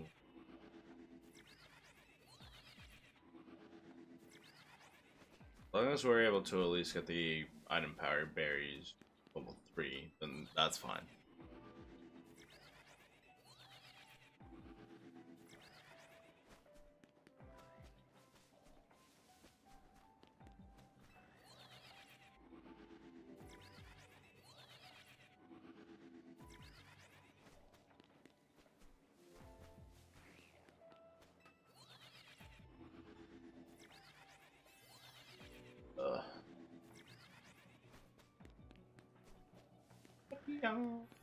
Kraken.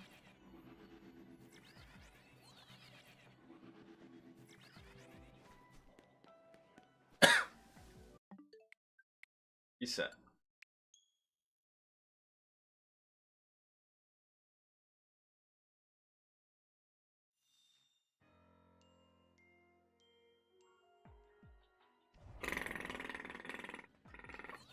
Okay.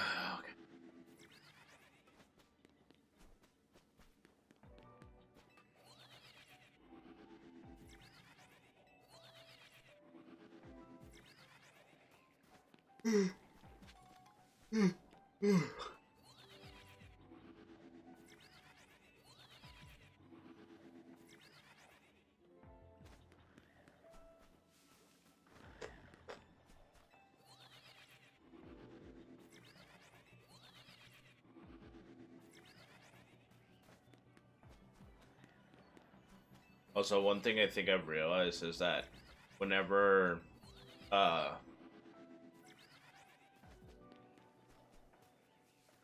whenever you're entering a legendary Pokemon's like special scan, hyperspace, whatever you want to call it,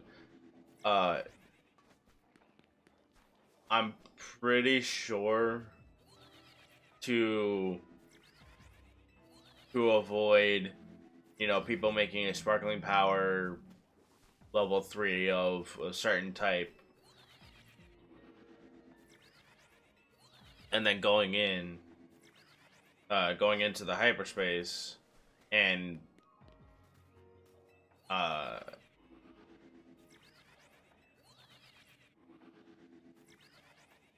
being able to be like, oh well, there's none of this type around, so I guess that means we get the legendary as a shiny.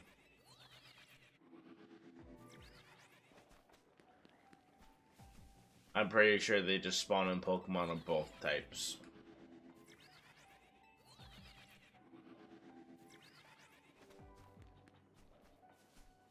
In order to be like, ah, you can't exploit that.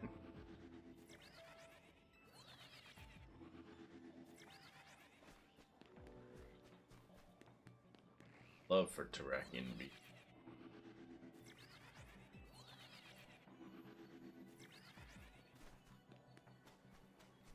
Listen though, out of everything though, I'm glad that I found the shiny Scrafty first. Or I'm glad that Scrafty was the one that showed up as a shiny. As a guaranteed shiny. Because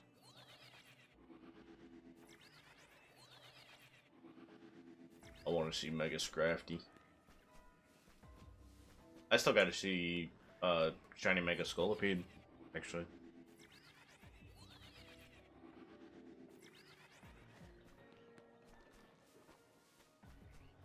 Now that I think about it. Oof.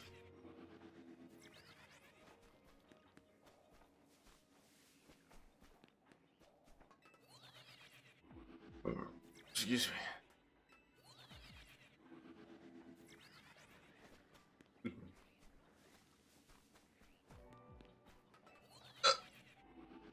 Damn.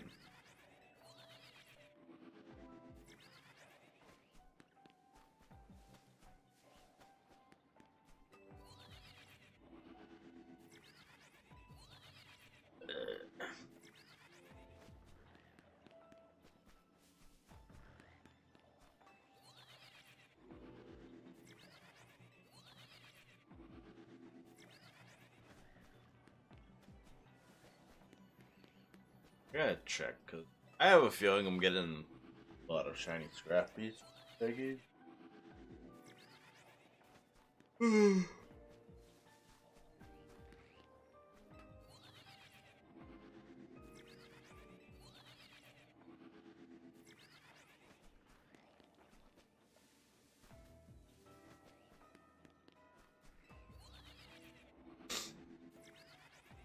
Ugh.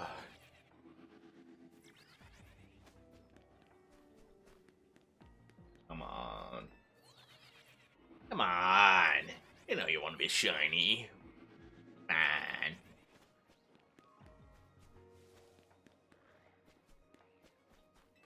We gotta start talking like a in New Yorker or something.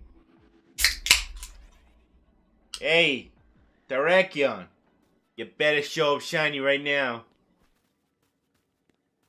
Maybe it doesn't like that. Maybe that's why it moved away from New York.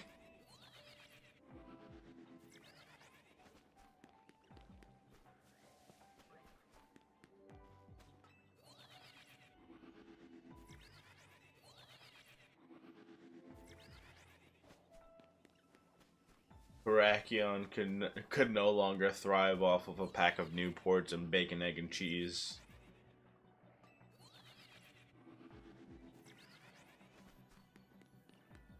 Sounds like an insane thing for me to say.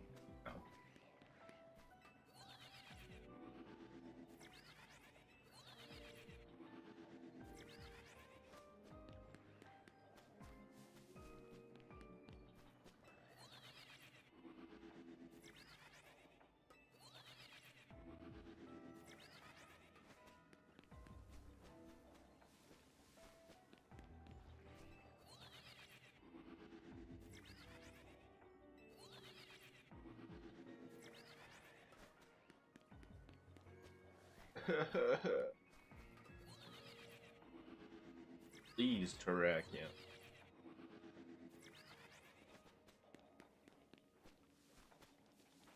I'm surprised.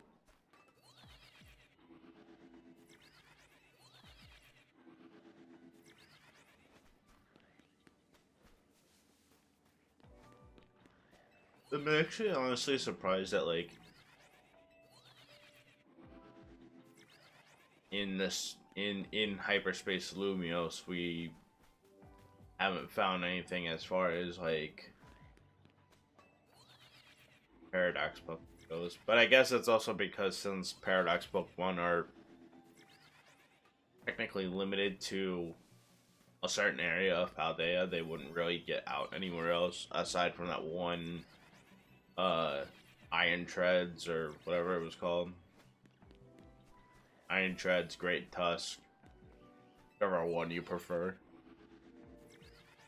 But aside from that, it hasn't seen anything, so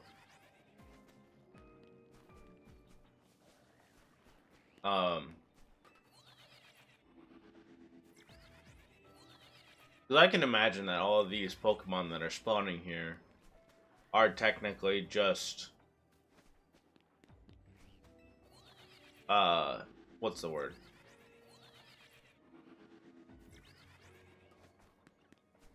They're just a part of Darkrai's dreams or whatever, or the experiences that it's seen. So, I'm sure Darkrai never really got to go into like whatchamacallit, Area Zero.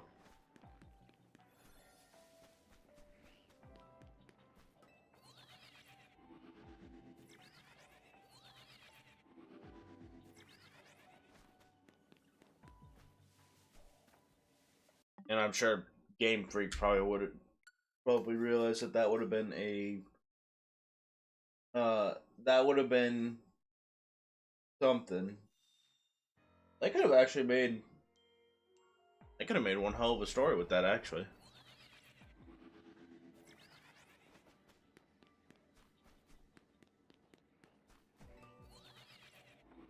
I'm thinking like they did mention throughout the Mega Dimension story how there were Pokemon from Hyperspace Lumiose that were coming into regular Lumiose. And I'm thinking to myself, I'm like,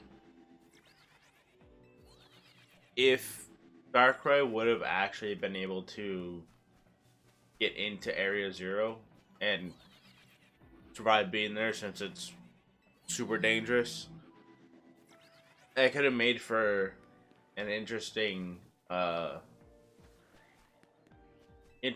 interesting concern to worry about for this, because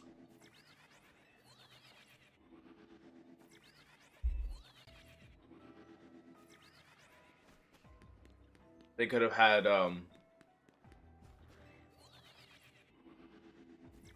Corbeau be like, oh shit, we need to figure out what's going on now because we have these Pokemon in Hyperspace Lumiose, and if they get out, that's gonna be trouble.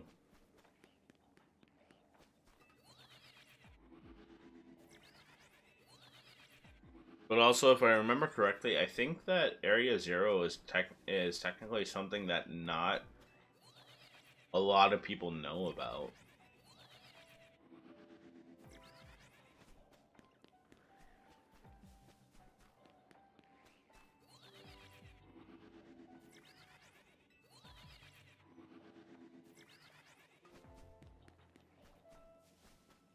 I don't know.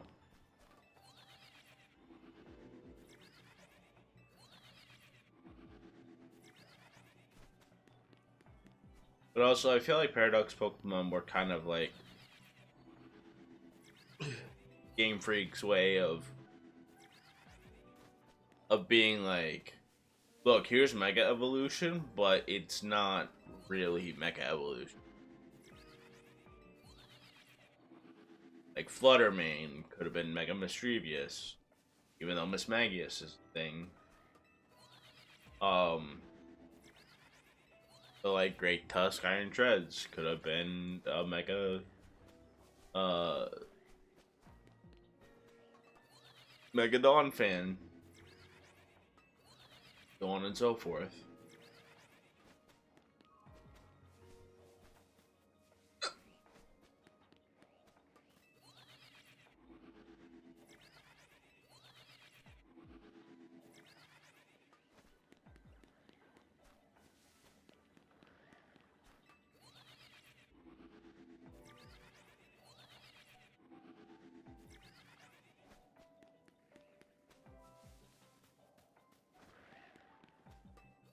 Because, I don't know.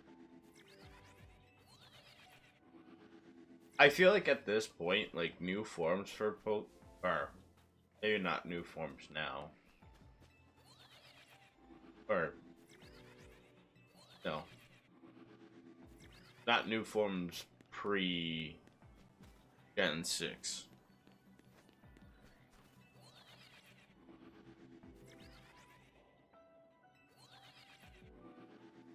But either way, I don't know if what I would have said would have made sense. Not going to say it. I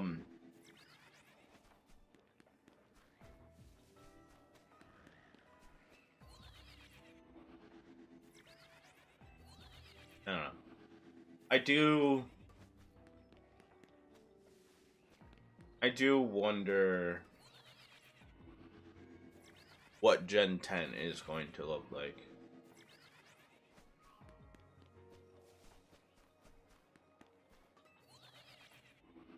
Because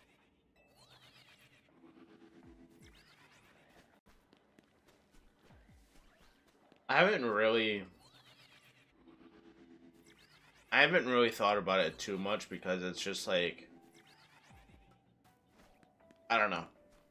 I haven't really had any need to. But I guess with Pokemon Day in 2 months, I think.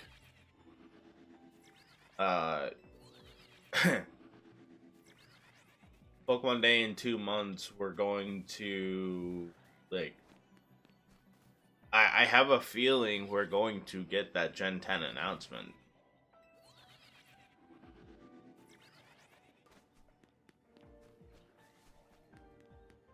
Now, the only thing is that if we do get Gen 10,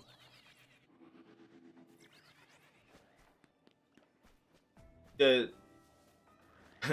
the real question is, 10 generations of Pokemon is a pretty big, it feels like a pretty big,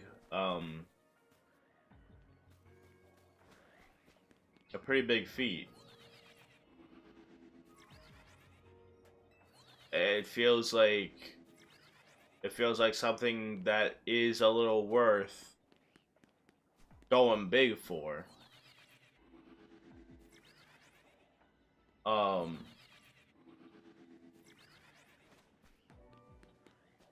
So I wonder,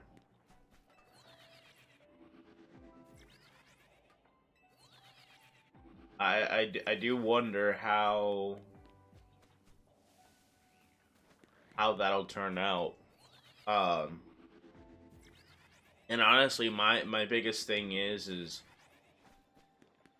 will the 10th generation of Pokemon games be on both Switch and Switch 2, or is this going to be one of those cases of we're going to slowly start to see, like, Switch 1 kind of get phased out?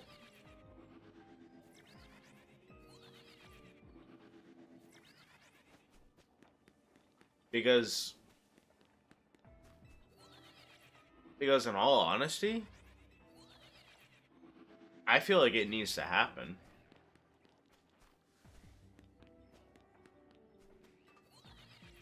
I feel like Switch 1 needs to be phased out when it comes to, I guess, certain franchises, certain games, things like that. Because, like, because the thing is like, I understand the desire for getting more money by having a Switch 1 and Switch 2 version of a game. But at the same time, like, I feel like you're hurting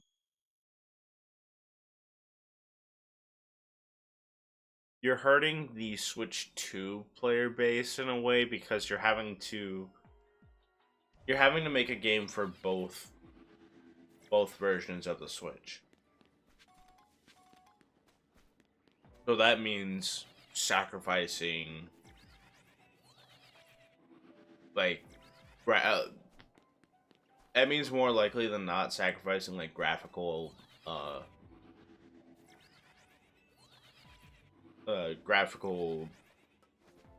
changes. Like, like with Legends EA, for example, like you can take a look at it and you can be like, yeah, this looks more vibrant. The models look a lot better compared to like Scarlet and Violet. But then it's like you get to the world around and it's like you can tell that that's still like Scarlet and Violet-esque.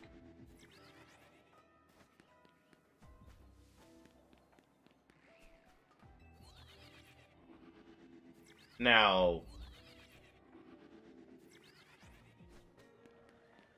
we did get to see a little like glimpses and stuff as to like other types of world building and stuff, like how much more attention to detail they're willing to put in, or that they can put in, um because of like the Darkrai fight, for example, or rather the area with Darkrai, or even uh like the Cave of Origins, quote unquote, for the Primal Kyogre and Groudon fights. Um,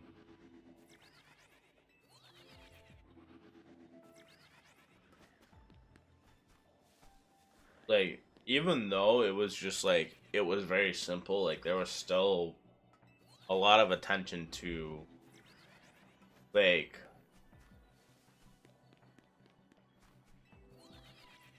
like the fact that you can look and you can be like, wow, there's a little bit more going on here than just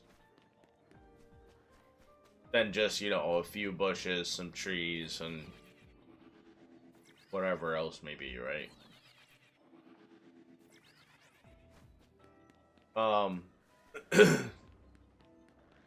so my my honest to God hope is that this year, 2026, we start seeing announcements for games uh that are more so exclusive to Switch 2.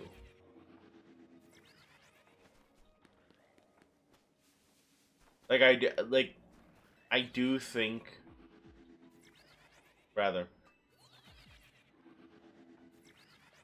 I want everyone to be able to experience something, but also at the same time we have to sit there and we have to acknowledge the fact that like the Switch 1 is God knows how many years old at this point, and for its life cycle it had changes to the display, and that was pretty much it. Whereas the Switch 2 is a whole new leap into like, hey, now games can operate at this resolution, at these frames, and all this stuff.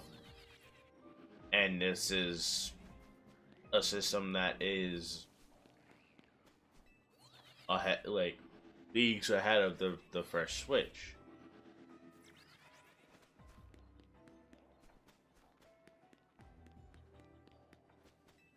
It's just like,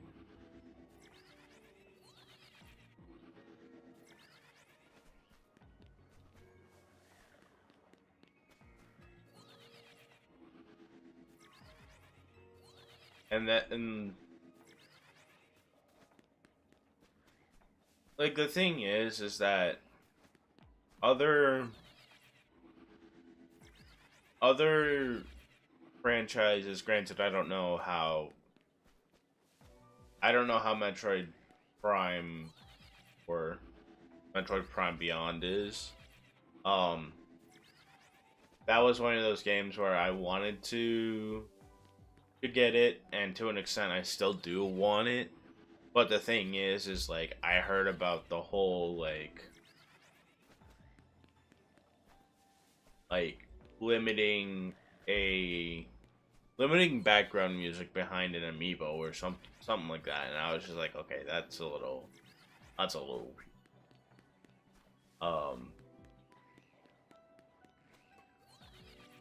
like Metroid Dread. I want to get that at some point. Um, maybe some of the older Metroids as well as like Metroid Primes. I'll probably go through and explore at some point. Um,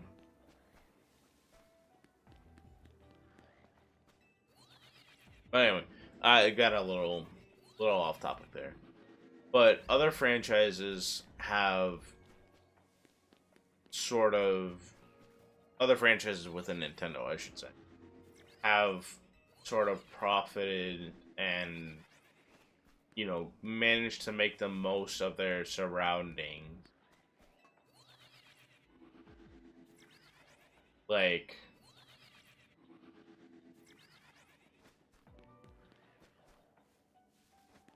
Mario games managed to still look and run smoothly.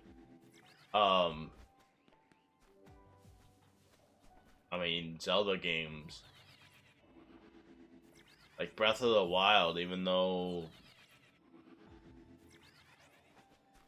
it was a whole leap in the Zelda series, like it still looked good and it still functioned fine for the most part, from what I remember. Um,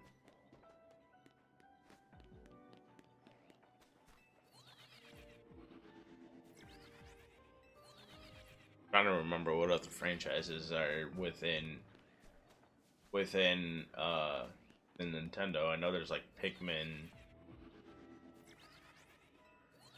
but I think Pikmin 4 ran okay.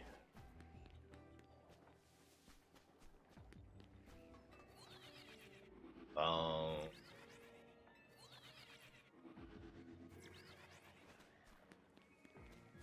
Aside from, and it's Fire Emblem. Uh, Fire Emblem, I think ran okay on the base Switch. Uh,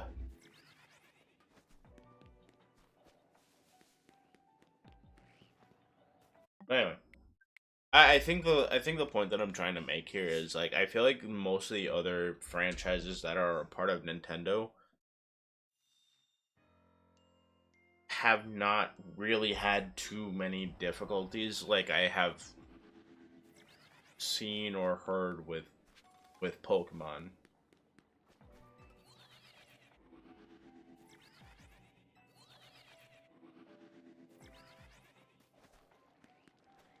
I also do kind of think that since it's Game Freak,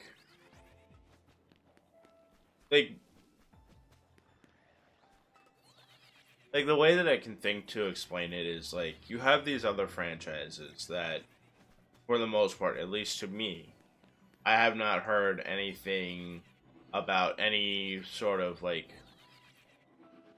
other studio or anything like that really taking charge uh with the development of these games. You know, you saw that more so back in the day where it was like, oh, Donkey Kong had Rare, uh but it was still a part of Nintendo. Like it was still a Nintendo IP rather. Um but I feel like nowadays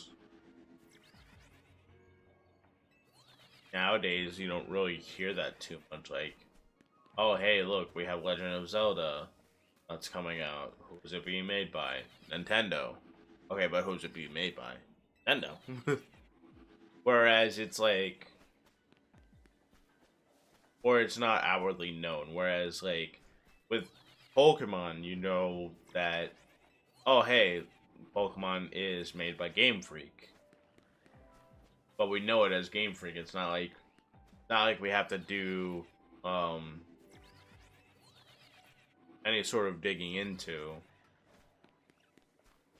to try and figure out, what studio exactly it was that made these games.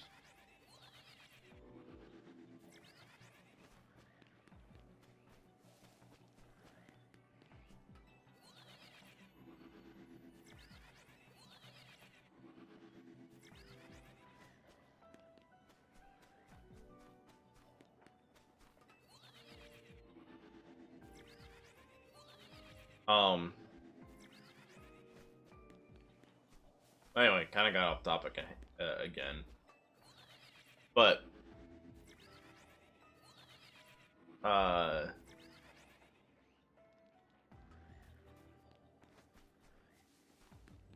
yeah. But going back to what I was talking about before, where it was like, oh hey, like, is this going to be a Switch 1 or Switch 2, or is it going to be both versions of the Switch, or is it only going to be like a Switch 2 exclusive? I really do hope that it is a Switch 2, like just a Switch 2 release, because I want to see what. I mean, there's a lot of games that I want to see, like, what they would be capable of if they didn't have the limitations of having to make something that also functioned on the Switch. You know? Like, I don't know.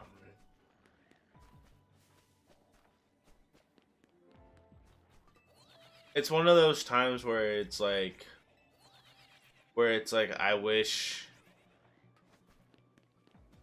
I wish that they would kind of just do away with this. Cuz like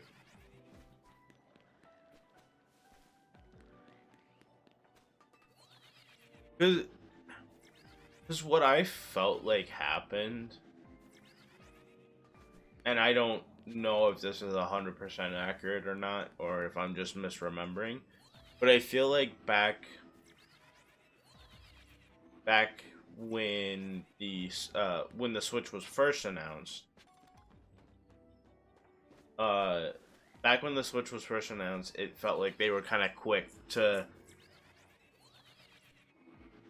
be like, hey, by the way, we're like discontinuing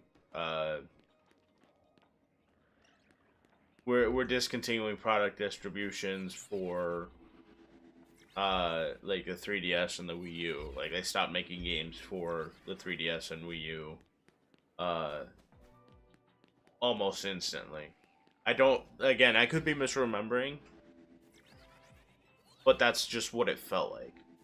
Whereas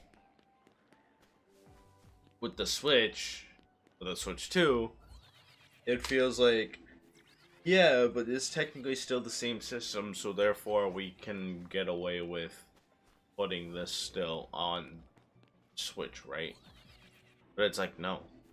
No, we can't, because you got a different set of hardware for two systems. Um,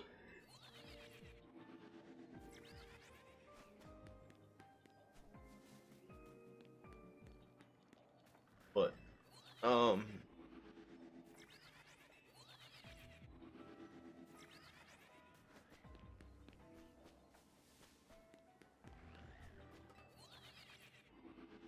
I honestly do think that it's just gonna get to a point where, like with Pokemon games, for example, it's gonna get to the point where like Game Freak is gonna want to go above and beyond, and they're gonna want to do more, and it's just going to result in it being a graphical mess on the Switch 1, and then they're just gonna have to eventually be like, okay, yeah, we're pulling the plug on Switch 1 releases.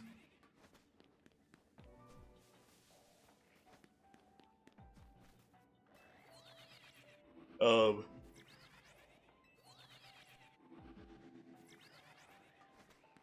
but I'm trying to think of like Pokemon Day. Because Pokemon Day is, I think, February 26th, 27th. And they usually do a Pokemon Presents on that day.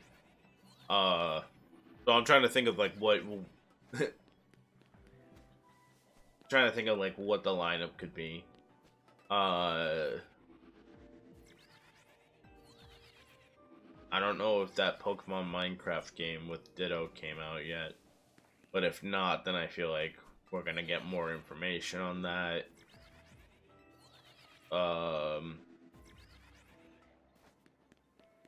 It's gonna be some small, like, not small stuff, but it's gonna be like Pokemon Cafe remix, Pokemon Sleep. Um, it's gonna be announcing Pokemon Go's new season, because they usually have it to where the new season gets announced, like it gets teased before Pokemon Day, and then it kind of gets like the official announcement uh during Pokemon Day. But aside from that, they're gonna have some stuff for Pokemon Unite. I'm sure they're probably gonna have a new Mega Evolution. Uh, or Unite. I think the thing that they'll do with Pokemon Unite is they'll announce whatever is going to be releasing like that day, if not the next day, and then they're gonna have a lineup uh of Pokemon announcements, or like Unite license announcements for the entirety of the year, because I feel like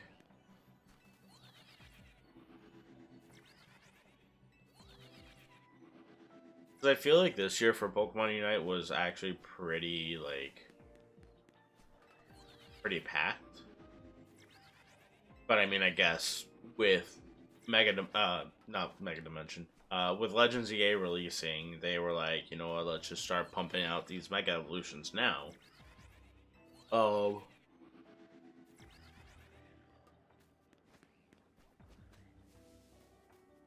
But we're gonna have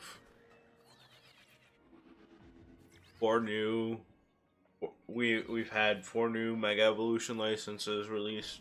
I don't know, I am counting Mega Charizard Y, which should be releasing tomorrow. Tomorrow, if not the day after. Well, I think it's tomorrow. Usually they do Thursday releases. So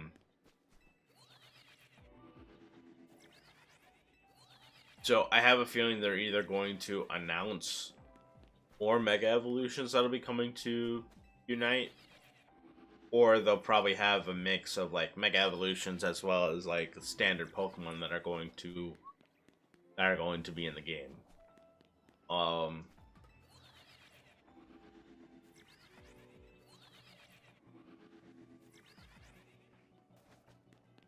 And then I think for the big announcements,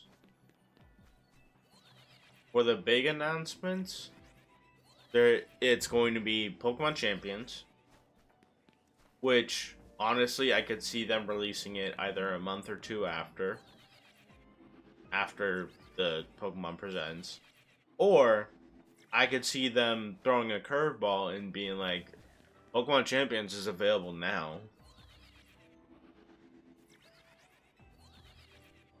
And I covered it in a I kind of went over like my reasoning before.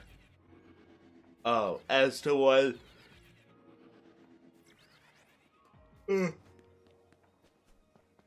not only like my reasoning, but also like my theories as to what they could do. And I'll just go over it again, just because I ain't really doing nothing else aside from looking for the shiny. But my theories are either one, they release Pokemon Champions uh after this current VGC season. So once World Championships comes around and that's all said and done, they're gonna switch it up and be like, okay, now we're gonna use Pokemon Champions as like, now everybody can start fresh on Pokemon Champions. It's gonna be a clean slate for everyone, you know.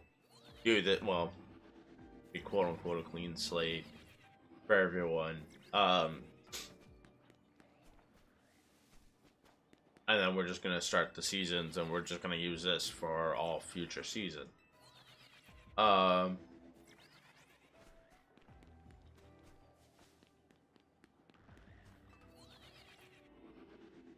the second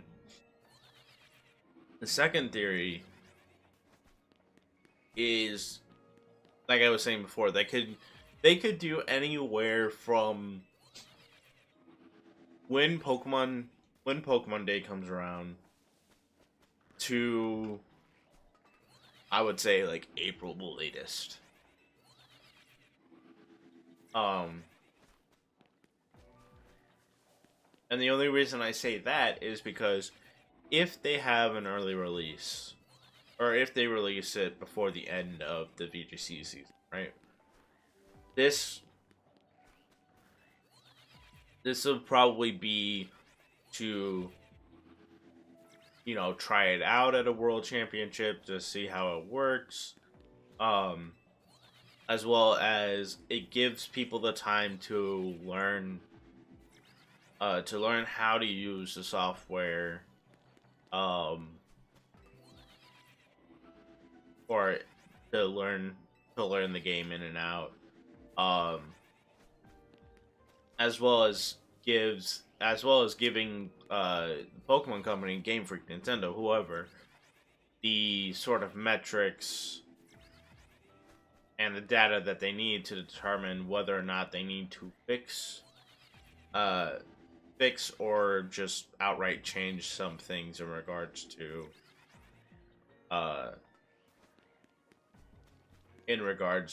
how the game functions. Now,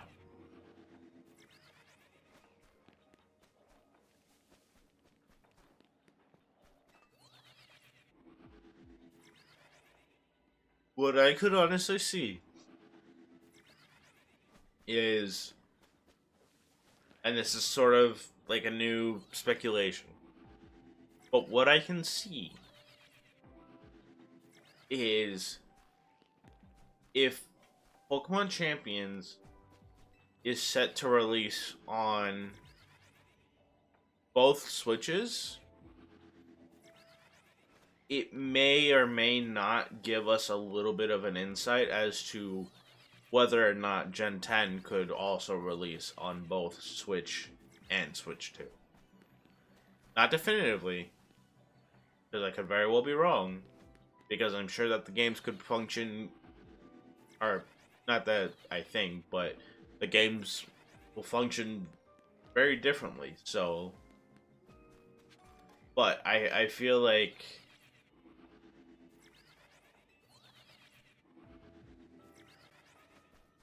I think it'll be more so convincing if Pokemon Champions is only a Switch 2. If it's only releasing on the Switch 2, then that will kind of tell you that, like, oh, this is the move now.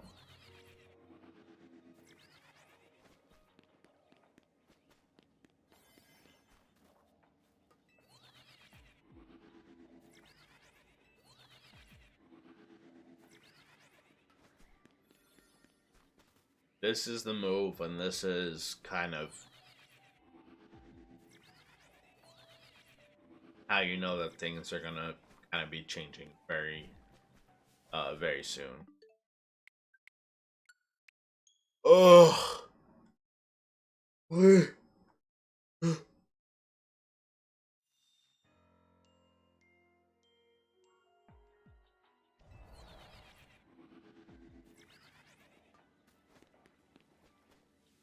Terrakion.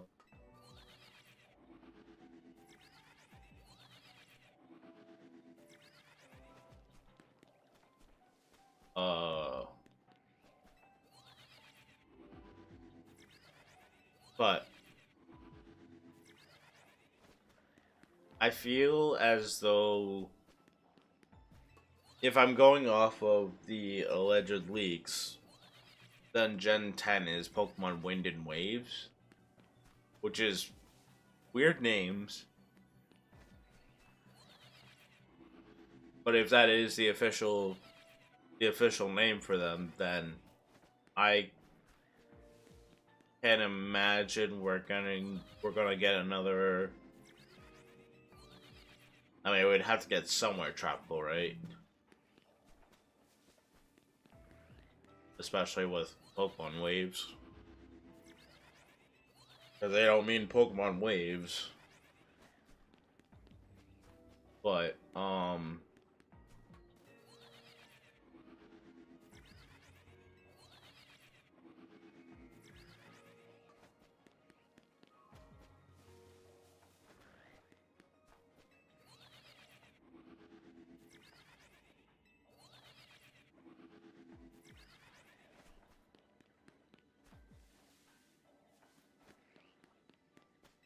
I wonder. Because honestly, like, I sort of expect Pokemon Champions to have an announcement, or a release date announcement during Pokemon Day. Um, but it's like it's that last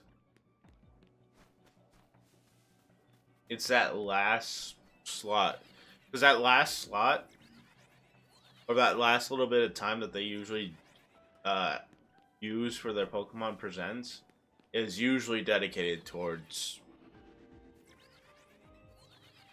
some new release. Um, because we got teased a year ago for Legends EA, and then I think with Scarlet and Violet kind of screwing up a little bit, they kind of pushed back CEA's release. Um, but uh,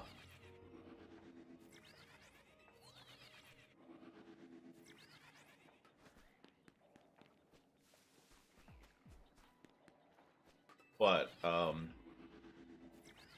it's like, I don't know. It's like it's like, are we going to get an official title, or like a new sorry, not an official title, but like a new entry into the series, or are we going to get a remake?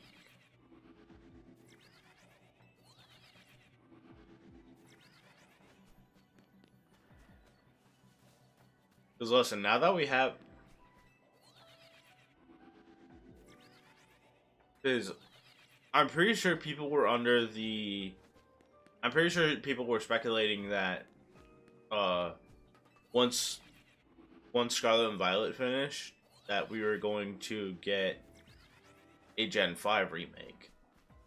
And we're still sitting on a potential Gen 5 remake happening.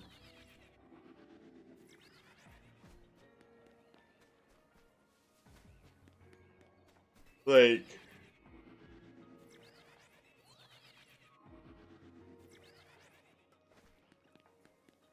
because honestly, it would have made a little bit of sense.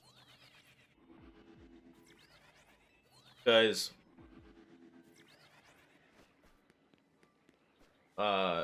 Gen 5 didn't have any mechanics aside from, like, you know, the triple battles, or the I think it was called like mixed battle. I'm calling it the rotation battle because that's how I remember it.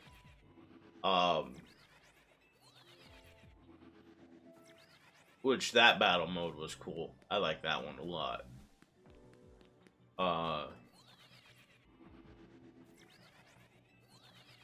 Which, for anybody who doesn't know, the rotation battle was a battle mode that was introduced in Black and White and Black and White 2. Well, I know Black and White. I don't remember if they kept it in Black and White 2. Anyway, so it was a battle mode where instead of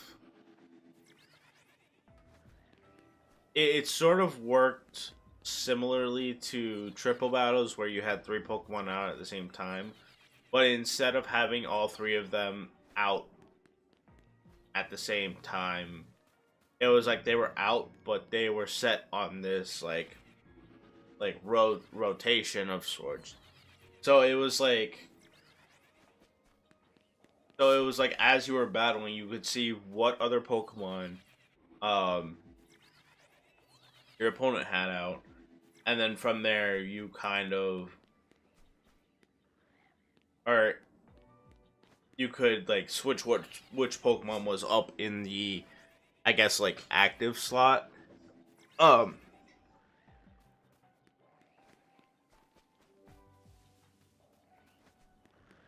and I don't know. I just remember having a lot of fun with that. Um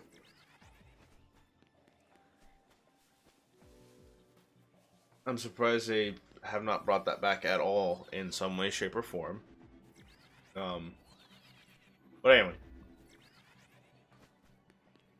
What I was gonna say is that Black and White didn't really have any like battle mechanics or anything like that. Because realistically, battle mechanics weren't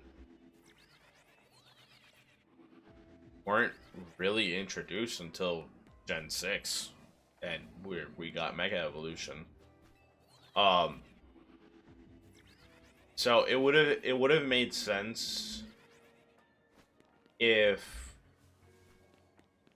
when Gen 9 came out, that had a battle mechanic, but it wasn't specific to like specific Pokemon or anything like that.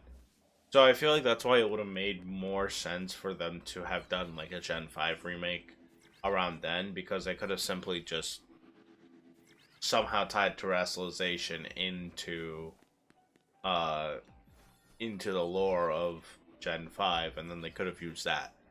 Um but I mean, they might just go the route of, okay, we're gonna put Mega Evolution, we're gonna put everything.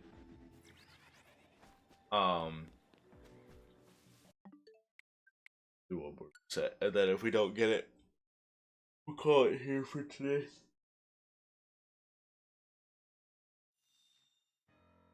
Oh, sweet. Just because I'm tired. Um,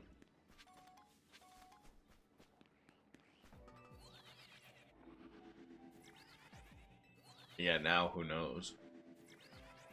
Because it. I think the biggest thing is like, or the biggest thing on people's minds is like, okay, they're doing Gen 5 remakes. Are they doing just the Black and White? Or are they doing both? Because it almost doesn't make sense to do. And I feel like the obvious answer would be both. Because you can't.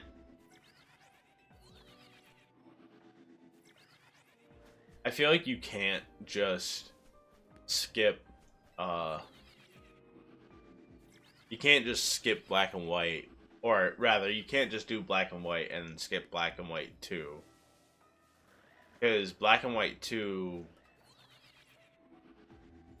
offered a whole new story while also touching on points from Black and White.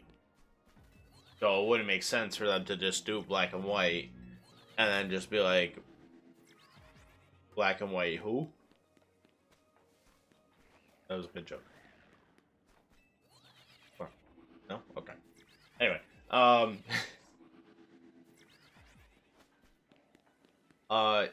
especially since Black and White 2 introduced the Resolute form Keldeo, as well as Black and White Kyurem.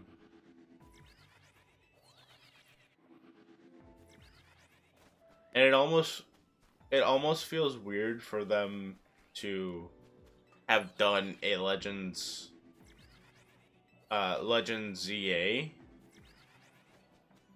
without having really touched like X and Y remakes, which I have a feeling that they're going to do soon.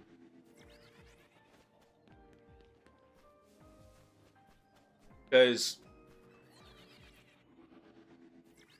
I think what I think what we maybe that was just we got too assumptuous, if that's even a word. But I think the way that Pokemon did the release of like Brilliant Diamond and Shining Pearl, and then following that was Legends Arceus, I think that sort of set an expectation in our head that like, oh, if we got a Legends entry, that means we're getting a remake. Or rather, we got a remake, we got Brilliant Diamond and Shining Pearl, and then they also announced Legends Arceus. That means that this is going to be the way that things are. And then, of course, they kind of switch that up by giving us Legends ZA, but no X and Y remake. So, I sort of feel like they did Legends ZA to kind of give that sort of lore and story as far as like what should have been Pokemon Z back in the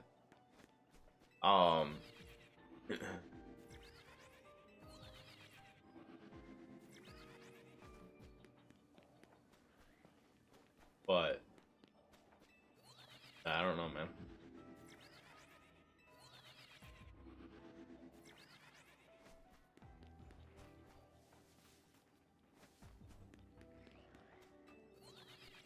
I think the other thing too is that I think it just got to a point where it was like, especially with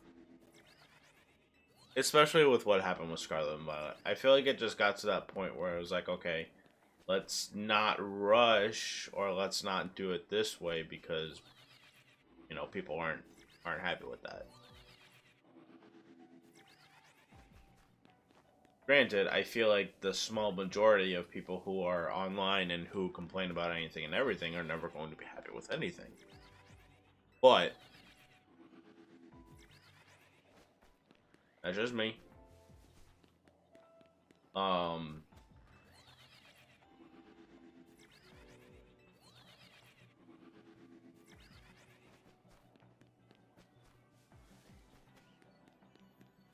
But I do. It really does make you wonder, like, what's what's going to come first? Is it going to be a new entry, or are we getting a remake?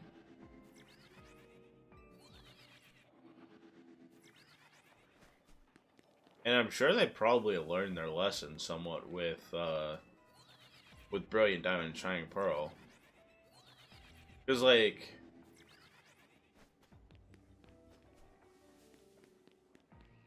Brilliant Diamond and Shining Pearl was a remake.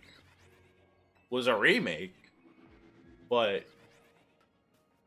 also at the same time, like, where was Platinum? Where was the content for Platinum?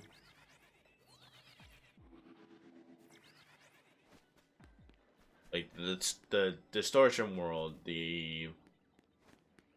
like, I don't know.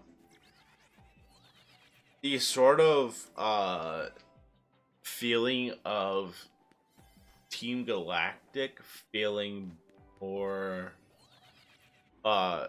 I guess menacing than they did in Diamond and Pearl. I feel like they weren't up to the same shit that they were up to in Pokemon Platinum. Like, they really blew up a whole lake and like dried it out just to get one of the lake Pokemon.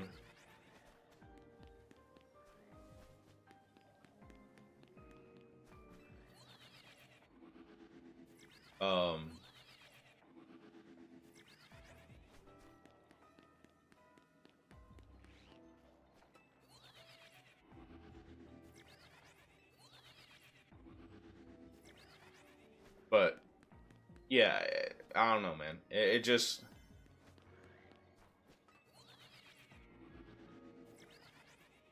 we need we need some sort of good remake that makes the game feel a lot better uh than the game that it was remade from. Like Heart Gold Soul Silver, I think is everybody's I think is arguably everybody's best um or most it's the most memorable remake. Because it was like Fire Red Leaf Green. Okay, yeah, it was remakes of Red and Blue. Um, oh, we're not finding this. So I'll finish with a little yap sesh and then follow it from there. But let me finish with this first. But it was like, yeah, Fire Red Leaf Green were remakes, and they introduced more stuff, but it wasn't really much of anything. I don't remember people really going crazy over them. Heart Gold Soul Silver, though, everybody and their mothers went crazy over. I think myself included, because I didn't experience the original Gold and Silver. I think until like 2009, something like that. Um, where I just kind of randomly came across the cartridge, and I was like pretty fun. And then Heart Gold Soul Silver came out, and I was like, oh, this is even better. Um,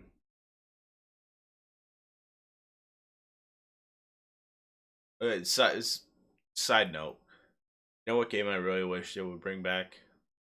I really wish they would bring back Pokemon Ranger. In some way, shape, or form, I wish they would bring it back, because I loved Pokemon Ranger, and like I forgot what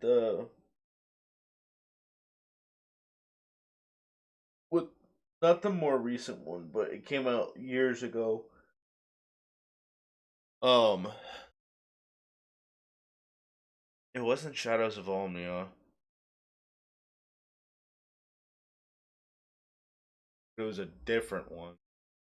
Uh, but yeah, I played the ever loving shit out of Pokemon Ranger. Um, but anyway, so Heart Gold, Soul Silver, and then we had Omega Ruby and Alpha Sapphire, which I feel like people also really enjoyed. I could just be I could just be projecting there because I really enjoyed it.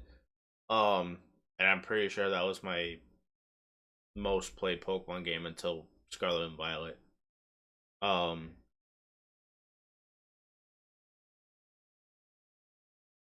well, that I could have more easily kept track of, because I think before that it might have been Platinum or even Heart Gold, Soul Silver. But anyway, but yeah, Omega Ruby Alpha Sapphire came out, and I really enjoyed those games. Um, and then I think after that we didn't really get another Pokemon remake uh until Let's Go Eevee and Pikachu. But even then, those were whatever.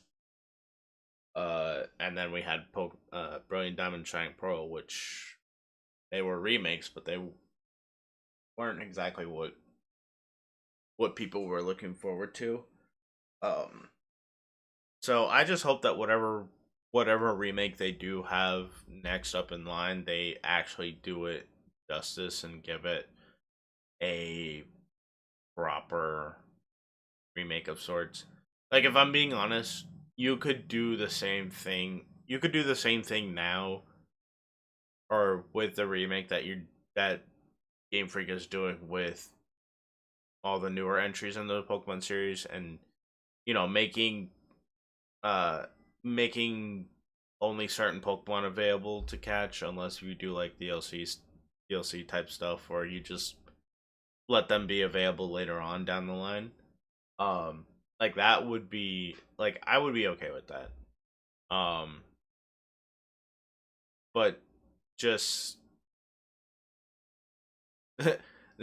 don't do the same thing with these new whatever remakes are coming up as or like how Brilliant Diamond and Shining Pearl was handled, because that wasn't exactly cash money.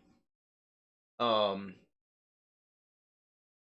but yeah, so this is gonna be where I'm going to end stream.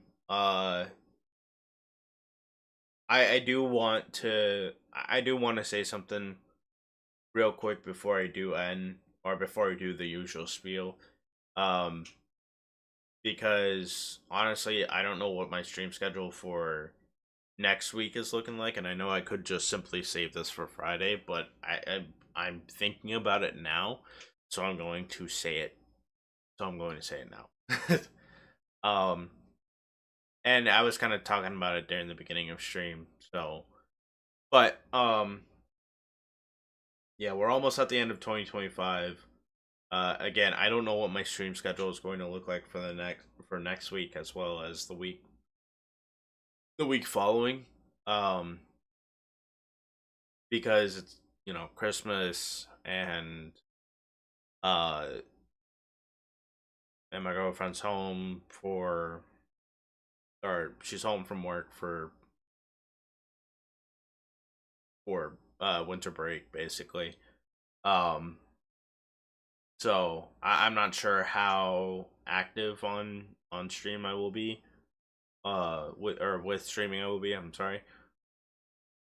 um but before before any of that, I just wanted to give a huge thank you to everybody who has tuned in to these streams, whether you have been here or whether you've been here just recently. You've seen me and you're like, hey, this guy is kind of cool, I'll stick around and see what's up with that. Or if you're on the other side, where you have been here since I had first decided to start streaming. um Regardless of how long you have been here for, I really do appreciate each and every single person that does tune into the stream. Um, it may not look like it, but I really do, and there there would be so much that I would say, but I don't want to get too emotional, you know. But I just wanted to really say thank you to everybody for coming out, for watching, for following, for even just tuning in for a little bit.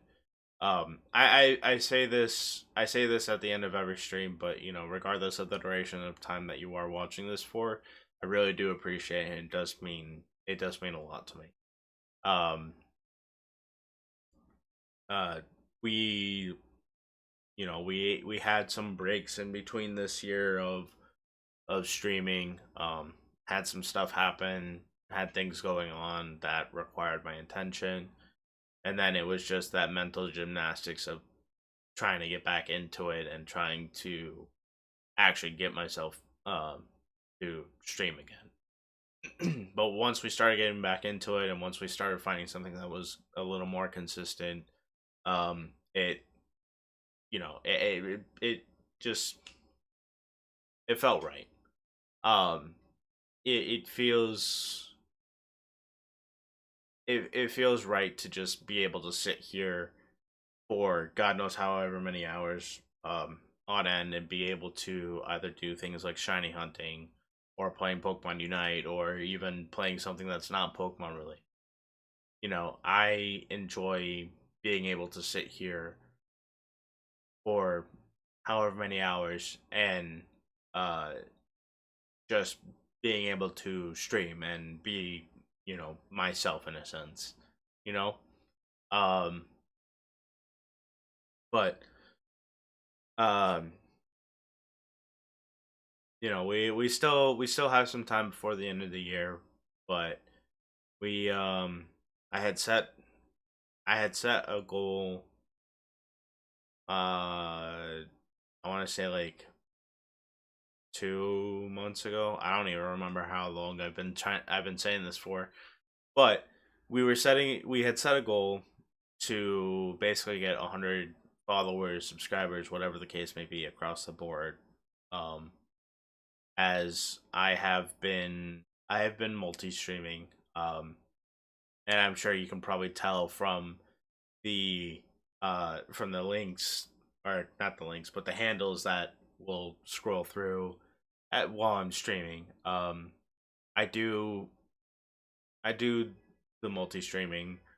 Um, so I figured it would be a cool thing to be able to be like, yeah, I managed to get 100 followers across the board. We didn't exactly make it, but again, we still have 14 days before we still have 2 weeks exactly um before the end of the year.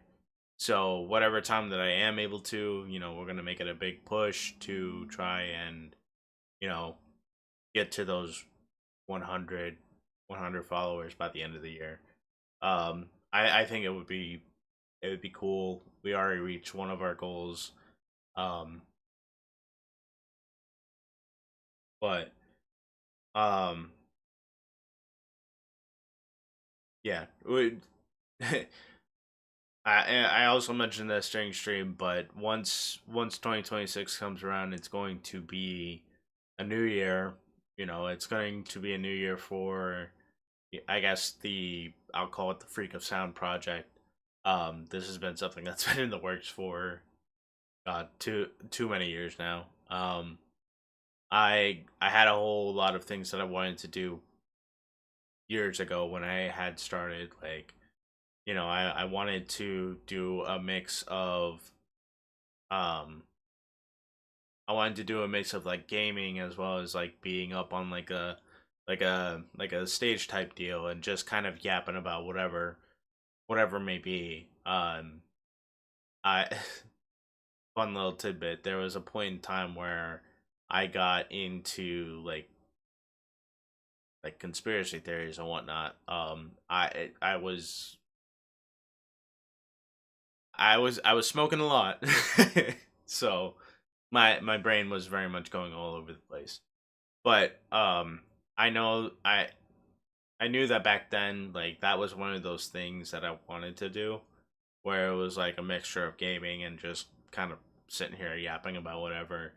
Now I'm not sure about the whole being on a whole stage thing. I think that's one of those things where it's like if it does happen, that would be cool. That would be a cool thing to be able to do. Um, but time and effort, we'll see. Um, but yeah, 2026 is going to be a new year for Freak of Sound. You know, streams are going to continue being a thing, of course. Um, and then also on top of that, I'm gonna take time, during the days that I'm not streaming to try and pump out whatever sort of solo content that I can. I mentioned this earlier, but one of the things that I do want to try and do is get into like games that I haven't really had not necessarily haven't had the opportunity, but I haven't gotten around to playing. Um, like one of the examples is Poppy Playtime. I saw some videos here and there, and I was like, this looks interestingly scary in some way, shape, or form for me to want to actually like sit down and play this, uh, and actually get footage from it. Um, but aside from that, um, I have other things planned. Like on stream, I want to do a Nuzlocke gauntlet of sorts. I've talked about this one for Lord knows how many years now. Um, But essentially, Nuzlocke Gauntlet, what I would be trying to do is I would be trying to start from Gen 1 of Pokemon and going all the way up to Gen 9 and basically doing a randomized Nuzlocke of each of the generations, not specifically each of the games, but just each of the generations, and trying to see if I can get to the end. And of course, if I lose um, during the Nuzlocke runs, then I would have like a wheel to spin. Um, and based on that is whether or not we kind of continue the run and we just have something happen, or whether or not, depending on how far into the gauntlet we are, we go back a generation or whatever the case may be. I feel like it would be one of those things that would be fun to do. Um, but I'm still trying to like get things together, trying to figure out exactly what, like, not exactly what I want to do, but how I want to do it, you know? Like as far as like implementing rules and all that stuff, you know? But aside from that, like there's just a whole lot that I have going on in my brain that I want to try and get out there before the end of next year. Um it's going to be uh I think a challenging year for sure, but I feel like it's going to be one of those things where it's like if I manage to stick to it and manage to put in the best that I can, I think that we're going to be rewarded so much from that. Um, but let me let me stop the spiel, um, or rather let me end the spiel before I get into second spiel, ending the stream. Just by saying that again, I thank you to everyone for coming out and being a part of this journey throughout 2025, and hopefully you'll stick around for 2026 and see what all I have in store, and for what all I manage to um, put out there. um, but I do think that this is where I'm going to stop yapping for the most part in that stream. So with that, I just want to say thank you to anybody and everybody who came out to watch the stream. Regardless of the duration of time, I really do appreciate it and hope you guys do come back around for future streams. Which, on that note, we got 2 weeks left before the end of the year. If you're watching this and you like what you see, you want to see more, consider giving me a follow. I'm trying to reach 100 followers across the board here. Um, as I think that would be pretty cool to celebrate at the end of the year. Um, but of course, that's if you like the content and you want to see more, of course. Um, the last thing, Friday will be streaming. I'm not sure entirely. I think we'll come back and do the Terrakion shiny hunting. Um, I might also do Pokemon Unite or Binding of Isaac or something else. Um, just to kind of mix it up a little bit. Um, but yeah, Friday we'll be streaming again. We'll at least be doing the shiny hunt for Terrakion, and yeah, we'll go from there. But until until then, again, thank you to everybody for coming out for watching. I'm Freak of Sound, and I will see you guys on Friday. Stay safe, drink plenty of water, don't let your voice go out like this. But most importantly, just take care of yourselves.